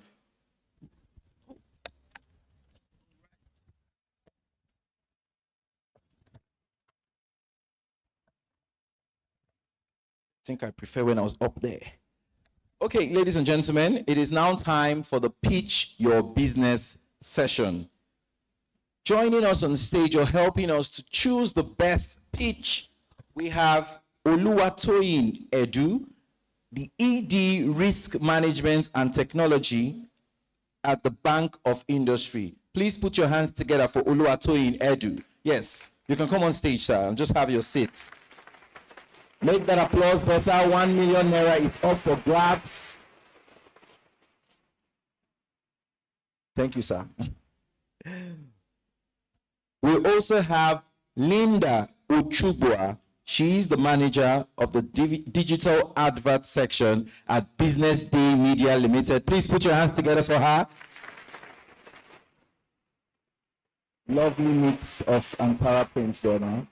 Okay, so you can just sit.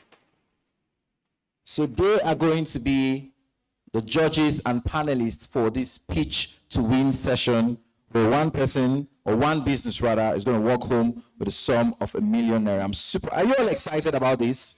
Are you all excited? So businesses that are going to pitch this afternoon.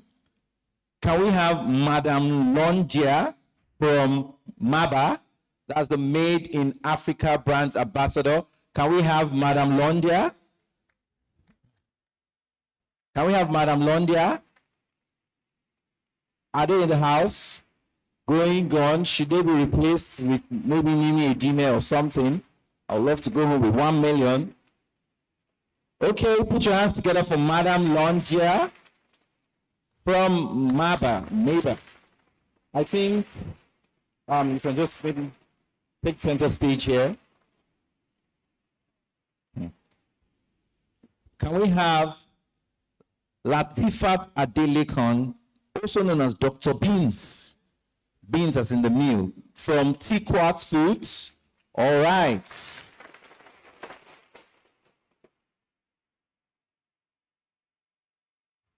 Can we have Mr. Paru from Shija Eco Solutions Nigeria Limited? Yes, please, when you're coming to the stage, bring your product so that we can all see and entertain your product. Mr. Peru, Shija Eco Solutions Nigeria Limited. Is it Miss Peru? I'm from the S's. Miss Peru. Oh, Miss Peru. Oh, please put your hands together for Miss Peru. Put those beautiful hands together. Are you here with your product? You don't need your product. You're just going to pitch. Yes, bring your product. Bring your product. Finally, the only man, just like our earlier panel where we had one woman representing the females, we have just one man representing the males on this particular business pitch to win session. Please put your hands together for Chekwas Okafor from Oncheck Textile and Garment Manufacturer. Mr. Kwajafa is very excited about it. That's our man. That's our man.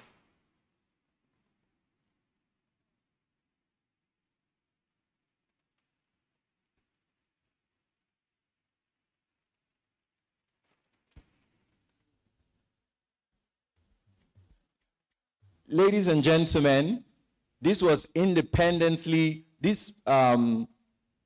persons that are going to pitch were independently picked by a team and not by me. It wasn't done today, it wasn't done here, so they were independently picked before now.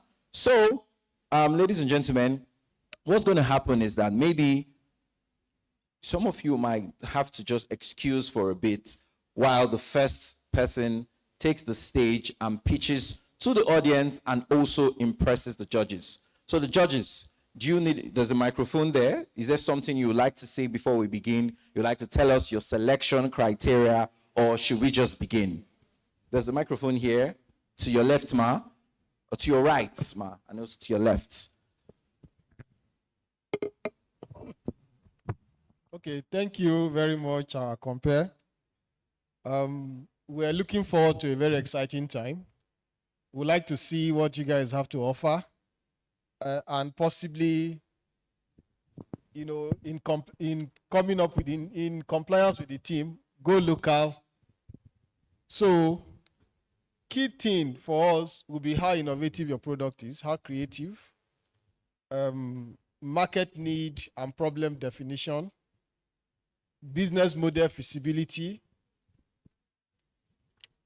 market size and growth potential, financial viability, how you present and communicate to us, and the impact that we will perceive that you will make.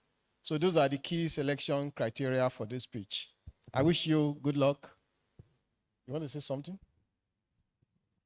Hi, good afternoon, everyone. So we're really looking to have your A game. So one key thing is your ability to convince us what you need the money for, how you're going to spend the money, and how it's going to help you impact and grow your business. So if we have those key things, then you are the winner for today.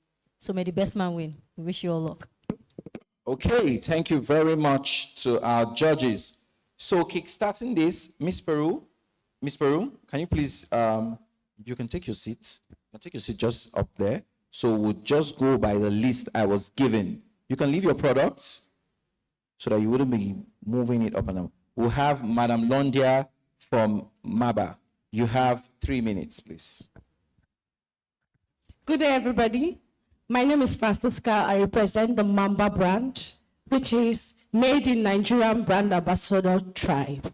We represent good products from local source to market, meaning that we get our raw materials from Nigeria, we produce our products from Nigeria, and we also get our packaging materials from Nigeria. I am one of the ladies, and my name of my brand is Siska Natural Touch. So in Siska Natural Touch, we produce hair care and skincare products that are very, very effective and have helped the global market regain their natural beauty by using things like shea butter, mango butter, coconut oil, and castor oil, right? So that people can know and admire their natural beauty.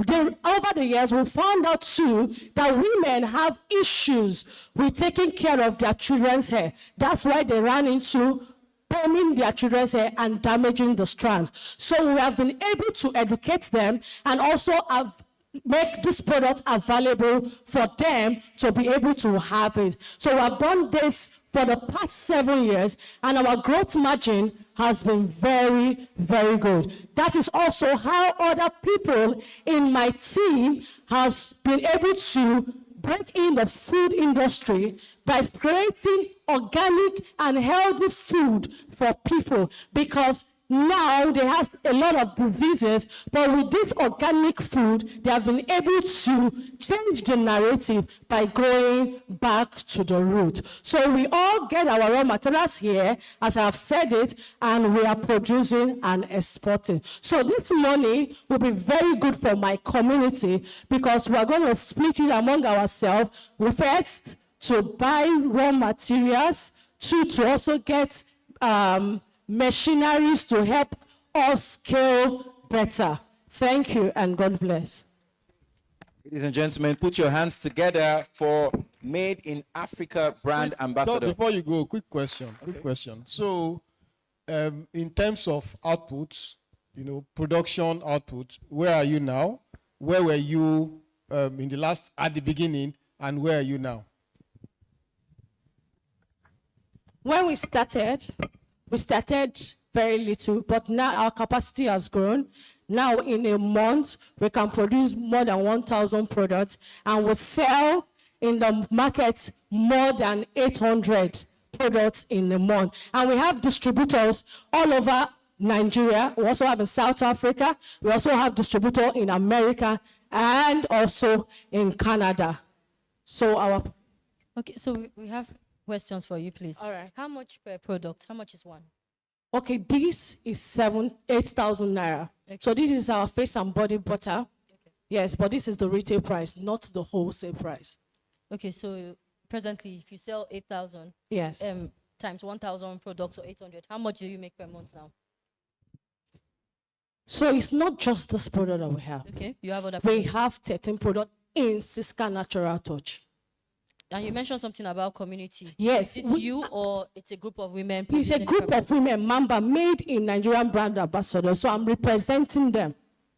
So this money, if you get it, is going We to are be going shared- to split to the people that exhibited here, ma. How many of you? We are 5 in number, ma. Okay, so I think that's not bad. It's good.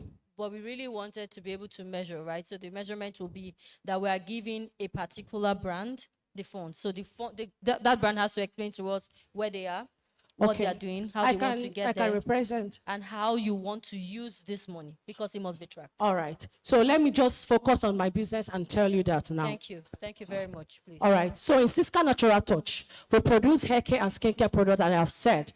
And we have done this over the years to make people regain their natural beauty by trusting in organic and effective skincare product instead of using chemical for both their hair and their skin. And over the years, we have grown, as I've said, and our market has grown too. Then, what do we make in a month? We make roughly, let me say, 2 to 3 million in a month of sales. Is that sales or profit? That's sales. What's your profit like? Yes, profits will be 1 million. So you sell 2 to 3 million, Yes. and you make a profit of 1 Yes, million every yes. Because it's a very, it's a very lucrative business, sir. Yes, high margin is Margin 100%. is very high, oh. Yes, 100%.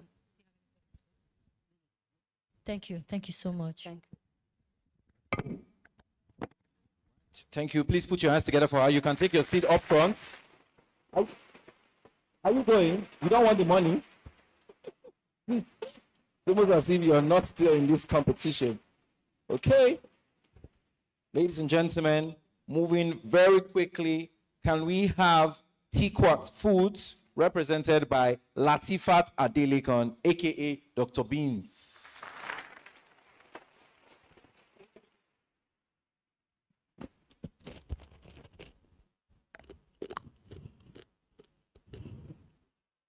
That's the crunch.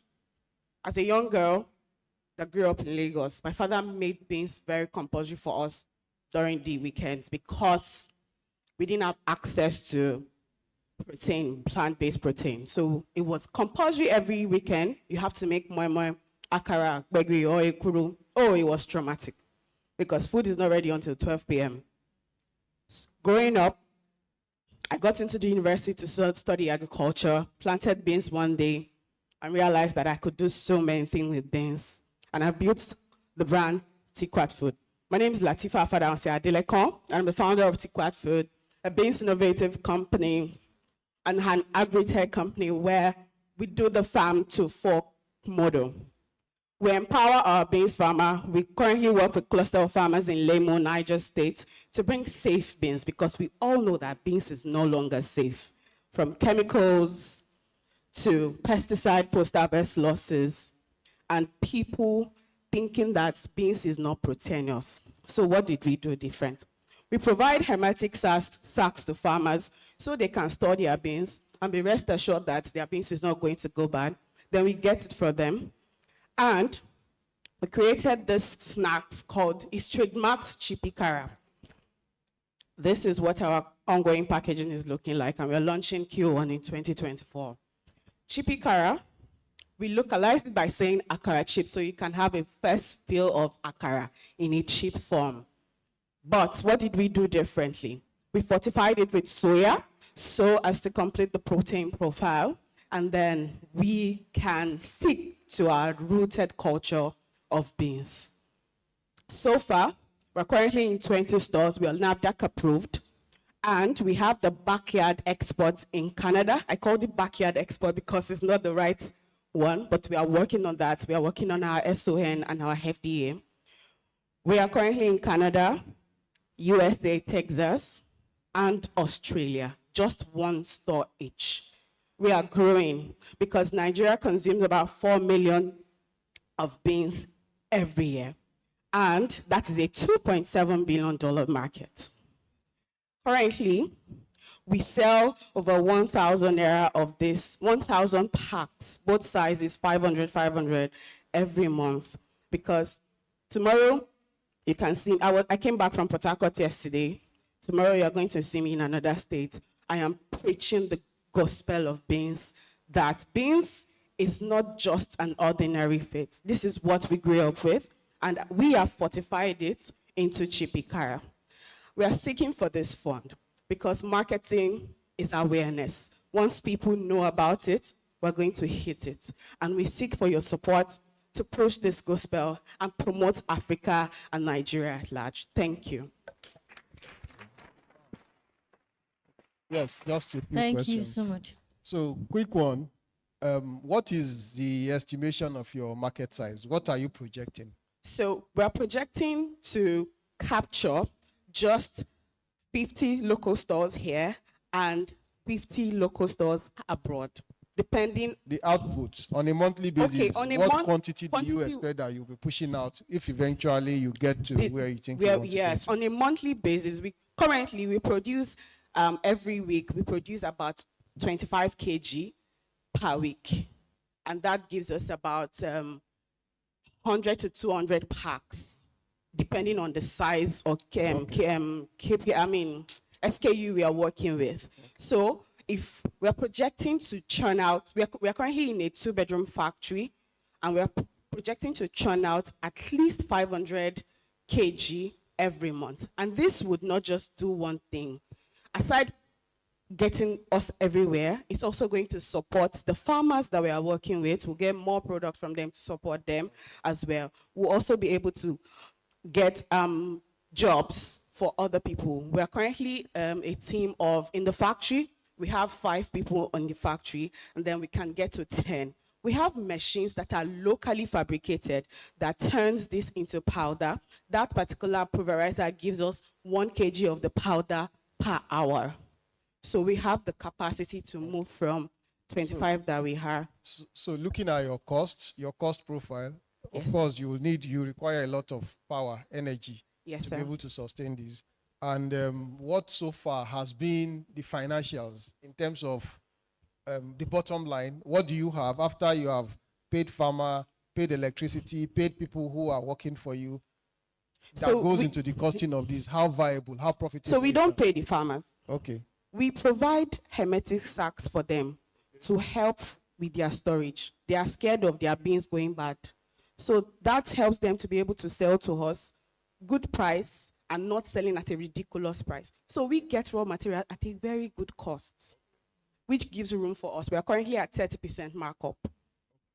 Okay, 30% seems good enough. So that means you've been able to try to solve the problem with the wrong pesticides that people have been using to protect, which has been very scary. Yes. And it's causing us health damage. Okay, so you said you want to move from 25 kg, which I feel like I think is half a bag, to 500 kg. So the 25 kg is not the beans, it's the product. Okay. So this is 100 gram. So 100 gram from 1 kg, that's about 10 pieces. So 25 kg. Okay, how many grams of beans do you need to make a pack of this? Okay, how many grams? Oh, beans is a very, it's a multiplier food. Okay. When you peel 1 cup of beans, you get lots from it. So once 1 kg of our raw beans, what am I saying? 2 kg of our raw beans gives us 10 kg of this.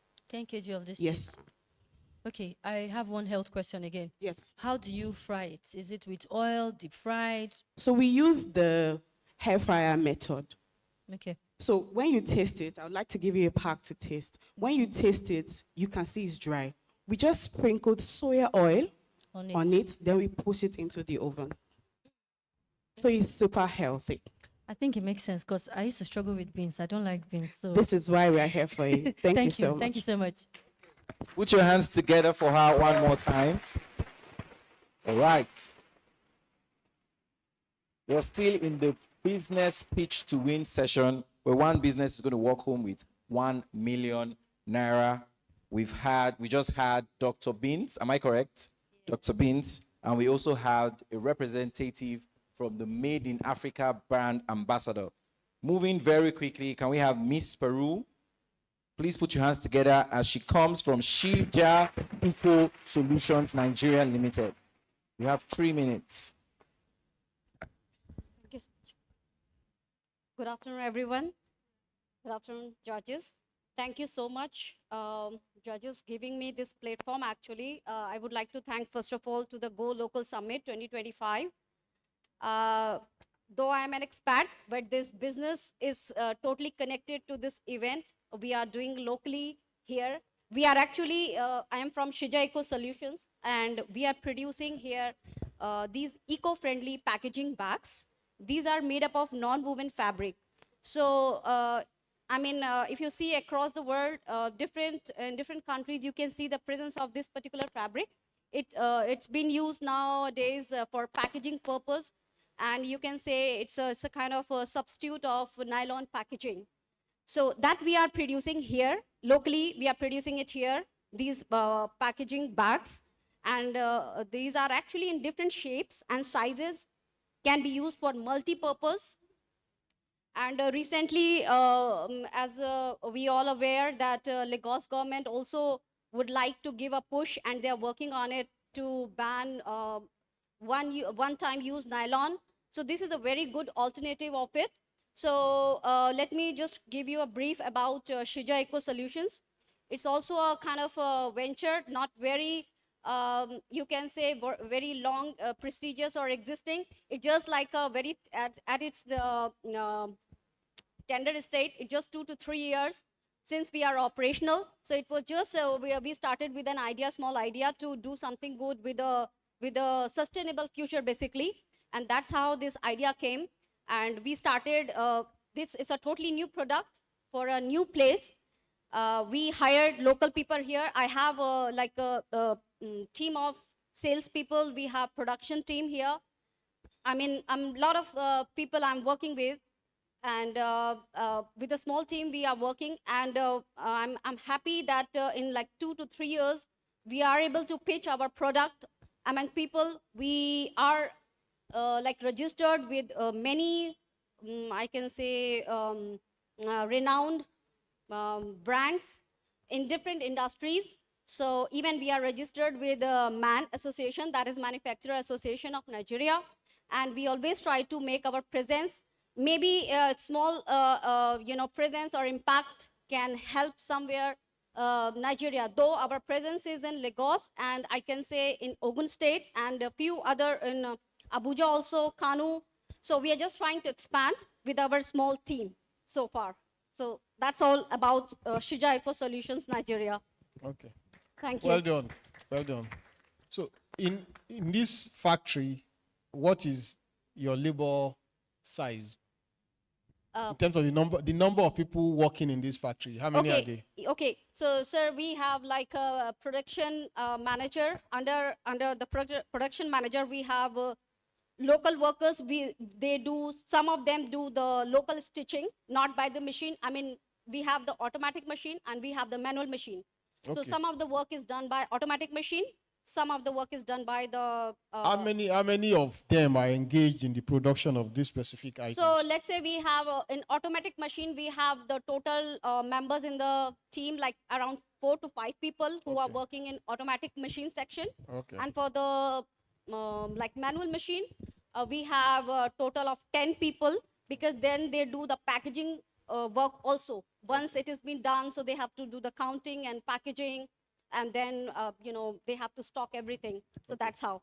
Okay. Then we have sales team. They go market to market, different people, Okay. they visit and they pitch for our product. So even we are supplying to the supermarkets here for resale, for packaging, hotels, restaurants, takeaway bags. So currently, what is the size of production? How many of these do you produce in a month? So on an average, I can say like, let's say number of pieces if I talk about. So let's say on an average 40,000 to 50,000 pieces of bags Okay. we are able to sell. Okay. Let's say in month of November, I can, on an average. Okay. So this year we have actually enhanced in our production as per the demand. Okay. At the end of the life of this bag, what happens to it? So these bags are, I mean, once you are keeping it, these are, I mean, there's nothing gonna happen. However, once it's been exposed long to the sun or moisture for long, it disintegrates basically. So like it's not gonna choke our drainage systems like the nylon does. So it will disintegrate basically. It will tear into and finally into the powders. Okay, and it will go into the ground. Exactly. Okay. That's how it's Thank gonna you. mix. Okay, so I have some questions. What is, number one, where do you source the material you use in making this? Number two, what is the cost of production compared to the cost of selling, and what's your profit margin? I would like to know, if you win this money, which side of the business are you going to put these funds into? Okay, so for our product, we have in the competition, we have nylon packaging and the paper packaging. So I think we put ourselves in middle of it because we are a little bit, in terms of pricing, our prices are more than the nylon packaging. However, we are cheaper than the paper bags. But in terms of reusability, I think in both cases, our product goes way long. Person can reuse it and more sustainable. And in terms of, Costing, how much? Costing. What's the yes. profit margin? Costing and how much you sell, how much you make. Want to know Yes. what it looks like. Give us a Sure. range amount. So this particular business actually runs on the quantity. So if quantity, let's say if I got the quantity of let's say 2 to 3 tons of material that particular material I have to use to make this packaging, it will be more beneficial to me. However, in case I just have like lower number of quantity, just 1 ton, because we calculate the costing as per the kg. Per kg, how many bags are coming. So if it is a lighter version of it, maybe more pieces will come. If it is a heavy version of it, so maybe less pieces, number of pieces will come. So generally, whatever is our costing, we are currently we are working on very marginal because we just want to introduce this particular product in the market. So I can say like 10 to 15%, basically we just keep our margin. Whatever is our costing, I mean, eventually we just try to make 10 to 15% of margin, and that's how we're just selling. Because Are we you want to looking push- at exports? Are you going to other part of outside of Nigeria? We love to do so. We love to do so. We have a lot of people actually contacted us for for the same that you said, and we love to do so. But for now, I would love to go this product at least across Nigeria. So that's what we are pitching for. Thank you. Thank you so much. Thank you so much for this platform. Thank you so much. Ladies and gentlemen, put your hands together for Miss Peru from Shija Eco Solutions. Finally, the only man in this battle tested to win 1 million naira. Please put your hands together for Chekwas Okafor. Hello. Good afternoon. As we all know, about 90% of all the clothes worn in Nigeria are imported. And if you grew up in the 80s, if you were an adult in the 80s and 70s up north, then you can remember that about 200 textile factories were running, and probably your parents worked there. And then at 60s and 70s, and then by 80s and 90s started dwindling. And at OnCheck, we're trying to change that and bring that back to where it's supposed to be. OnCheck is the only vertically integrated garment manufacturer in Nigeria. So what does that mean? That means that OnCheck is the only company that can turn cotton yarn. This is cotton yarn spun in the north to cotton fabric in our factory here in Lagos. And then we turn that to plain t-shirts that you can wear for your branding, for whatever you want. We started in 2019, and since then, we've made over 2 million garments. We've utilized over 200,000 kg of cotton yarn, Nigerian cotton yarn, and we've hired up to 200 people. And at OnCheck, we simply believe that Africa can clothe Africa, and that's it. Thank you. A quick one. You hear the president of textile manufacturers was very bitter and he wasn't having it Yes. while he was on stage. Yes. The question for you is, with the way textile business or textile manufacturing has evolved in Nigeria over the last decade or more, what is your motivation to doing this? Because one, I am aware that the problem of textile in Nigeria is not necessarily about whether the local farmers want to produce or whether the entrepreneurs want to go into that business or not. For me, I narrow it down to just one thing, government policy. For instance, Rwanda, sometimes maybe like 5-6 years ago, banned importation of second-hand textile into that country. And they've been able to do that successfully. So what that then means is that those markets, that those imported second-hand textile come in to fill, becomes open for the local market to take advantage of. So with all this gamut of problem, what future do you see in these that makes you think that in spite of the not available government support, you are going to be able to do this business and see it to success? Good question. Because we already are. It's not hypothetical. A government support will be helpful and will be, we will appreciate it, but we've been focused on what we can do and we've been able to do it. And that's primarily by being as efficient as possible. So we are as efficient as anywhere else in the world. And with that, you can manage your cost. And because our supply chain is entirely local, we play with Naira from yarn to here. So the importations, when they start touching dollar, it will become more, will become more affordable. So our products are faster, cheaper, and better than imported shirts. So it's not hypothetical. So we're doing it. Pricing. Yeah. You heard him when he said 2,000 Naira will get you 5 years of a particular material. So how do you compete in such space? And again, what is your major selling proposition that makes you push this to the scale to which you have pushed it? Our selling proposition is fairly straightforward. The same product, cheaper and better. And we're doing mass market. So there's a lot of truths that there's a lot of things that used to be true. They're not true anymore. But we used to hold on to those things. If a product is made of 100% cotton, and you're as efficient as anywhere in China and India, they can never be more expensive. You can never be more expensive than them. So, like I said, we have to go back to what can we control? There's a lot of things that we can control. Government, policies, I can't control that. But I can control my factory, and I can control my output. There is no t-shirt in Nigeria imported as cheaper than ours. It would never happen because we are as efficient as anywhere else in the world. Okay, so how much do you sell the t-shirts for? So our t-shirts go from 2,400 up to 3,000, 3,500, depending on the retailer. But as a distributor, it could go. It's very affordable. Every time we tell people our prices, we win their business.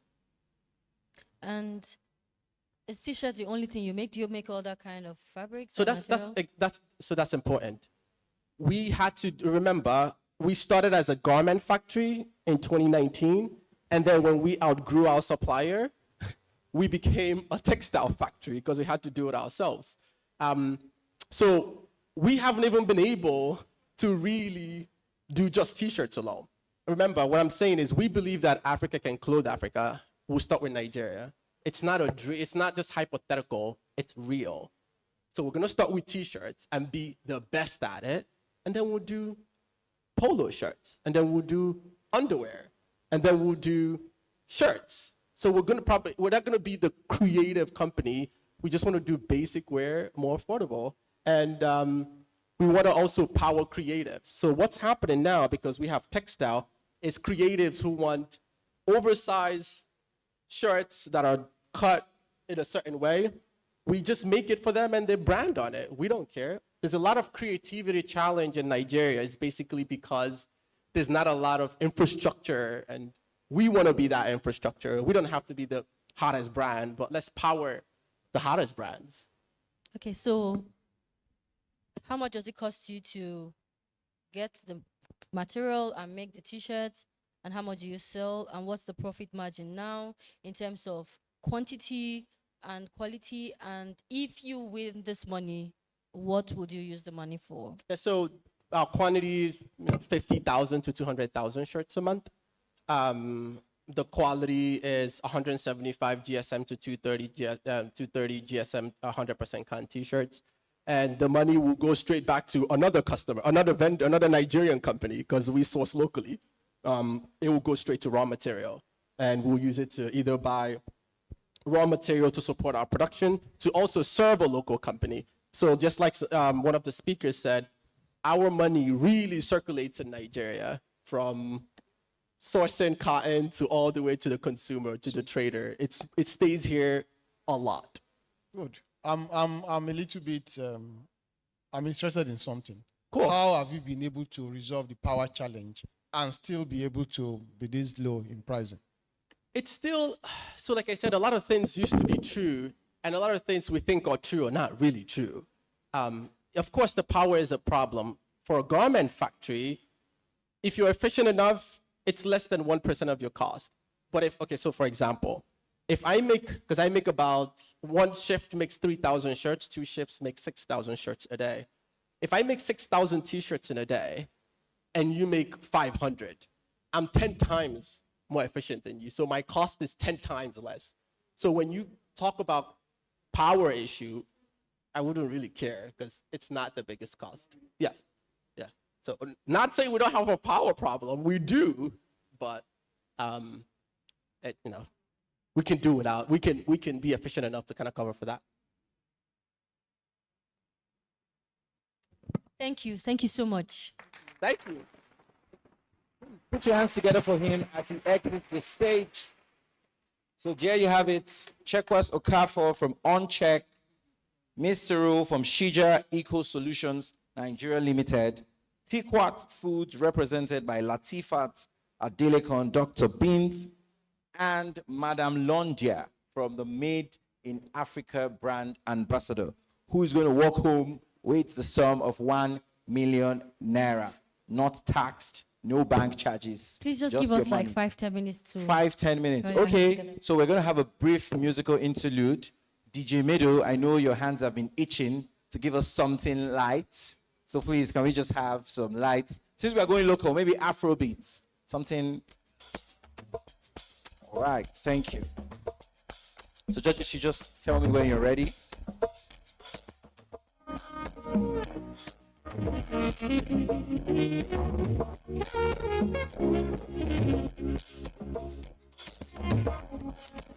It's obvious you haven't found a replacement. I know you ain't have to, I cannot be mistaken. Girl, I know you miss me when I'm driving you crazy. Wiping your naked, riding the shade.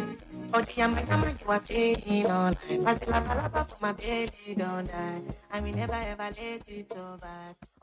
At Providus Bank, we're committed to your growth and success. You're never alone on the journey. Our personalized relationship banking is how we do things together. It's what sets us apart. We value every individual and partnership and treat them as such. We're committed to helping you grow and celebrating your success. This is your life story, your future, your forward. This is all about you. Let's move you forward. Providus Bank.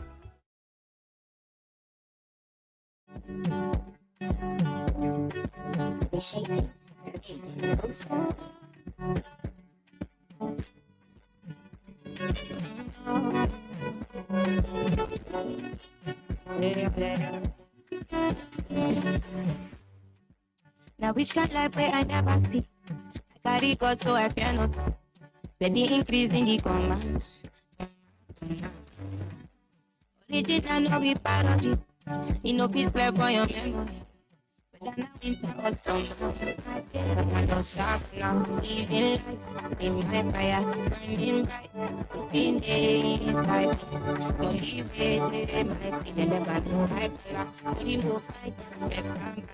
Everything inside my mind daily. Trust me. Energy on my love. Friendly and sure. I'm allergic to stop. I'm ready for confusion. You're telling me take I show. Stability, everything a connection. I'm not ready for confusion. It's a life to make I live my life. It's come true, it's not fine. So I live, you know, go die. You need to put your money. Give your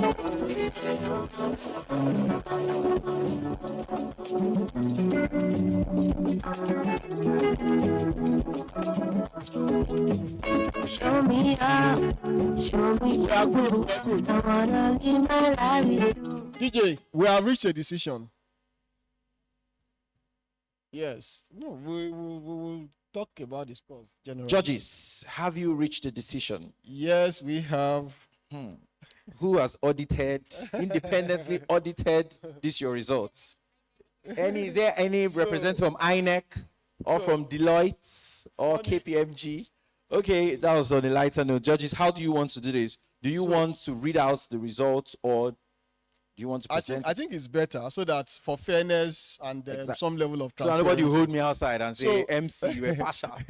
So All right. you see, the funny thing, or what has actually happened is, we were here scoring differently, but for some reason of coincidence, maybe for the objective or the objectivity part of it, we were still able to come up with almost the same perception of the presentation. That's wonderful. So thank you very much, presenters. We looked at it, and for Siska, Siska scored 48% out of 70, 48 over 70. Okay. On Put your hands together for score. Siska. And when you look at it, we said innovation and creativity. You'll agree with me that, well, you are in a new space. No, you are in a cosmetic space. I didn't particularly see so much innovation around that.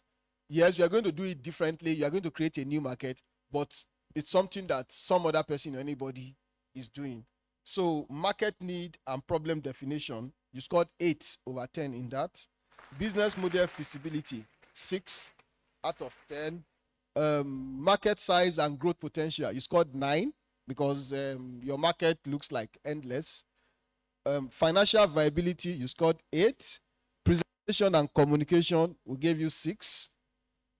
Impact, potential contribution to local production, you scored 7. So in all, you were given 48 total score. For Latifa, innovation and creativity, you scored 6 because we think, well, beans is available, but again, you brought some innovation into it, so you were able to push it to 6. Market need and problem definition, you scored 8. Business model feasibility, you scored 7. Market size and growth potential, you scored 9. Financial viability, you scored 9. Presentation and communication, you also scored 9. Impact, we scored you 8, or rather I scored you 8, which brought you to 56 out of 70. Right. So for Shija, again, innovation and creativity, 6. Market need and problem definition, 7. Business model feasibility, 7. Market size and growth potential, 7. Financial viability, 8. Presentation and communication, 7. Impact, 9, because it's in the sustainable industry. Okay. So for check Okafor, innovation and creativity, 5. Of course, the reason why it's 5 is because textile business is very domestic, very local to Nigeria. But when we listen to you further, I think we began to see other propositions. Market need and problem definition, you scored 8. Business model feasibility, you had 7. Market size and growth potential, you're already doing how many thousands, 2,000, 3,000 per month. 50 So to that was huge, and you've been able to manage your costs such that you are very, very competitive. So even if Nigerians like cheaper things, you will still be able to compete. So to that extent, you scored 10. Financial viability, again, you've been able to knock down your price significantly per unit. We gave you 9. Presentation and communication, you scored 8. Impact, you scored 10, because it's going to drive, it's actually taking us back. Maybe you can begin to talk to or work with the president of textile manufacturer rather than the factories closing down, we saying the government policy is not right, they can begin to look in your direction to see how well, the factory industry itself can begin to jumpstart from there. So in all, you scored 57 on this scale. Thank you. Okay, so on the basis of my amiable judge, we're going to give it to Cheka Okafor. Ladies and gentlemen, jam your hands together for Chekwas Okafor. We both consensually Meadow, give us agreed that you were brilliant in terms of the impact that you're going to make. Second to the Akara, Dr. Beans lady, it was almost like a tie because we saw some innovation in what you're creating. But we feel like your work would help us bring the textile mill back, and that will impact in terms of jobs, in terms of number of people you can employ, and also in terms of the revenue that we can retain in the country, and we felt that was really good. We feel you use the money well. Ladies and gentlemen, do we agree? If you say yes, say yeah. All right. Mr. Chekwas, please come on stage. Can we have a photo up with the judges? Yes. And presenting the 1 million naira would be Lolade Akinmorole. He is the editor at BusinessDay Media. He's going to be presenting a check. I can count on me, so stand up. For the champion, for the champion, stand up. Stand up. We also have the VP of Sales, Madam Ijoma, joining them on stage for the photo op.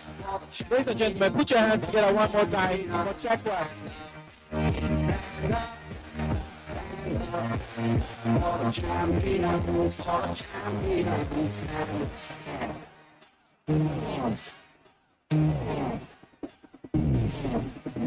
here we go, it's getting close. Thank you very much. Most.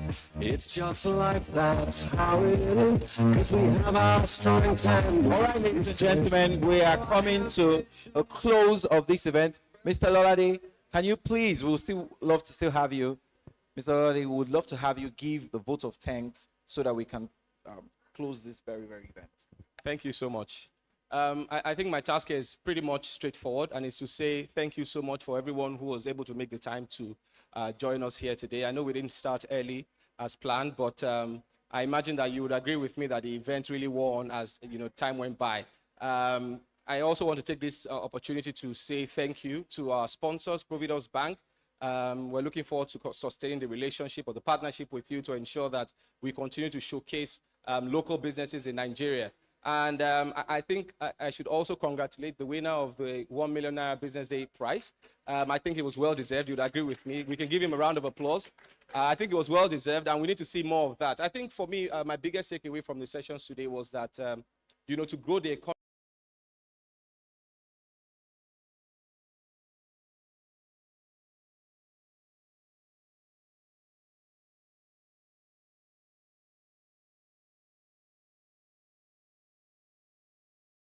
is going to happen by the little decisions that we make in our homes, in our offices, to choose made in Nigeria products over the foreign ones. So I'll just stop there and say thank you once again for coming, and see you next year. Cheers.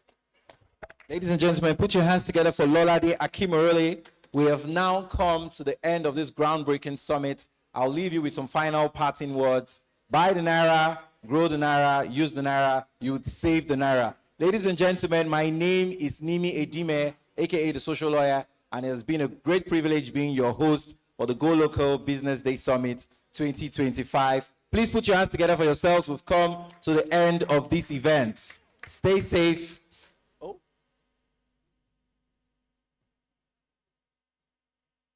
At Providence Bank, we're committed to your growth and success. You're never alone on the journey. Our personalized relationship banking is how we do things together.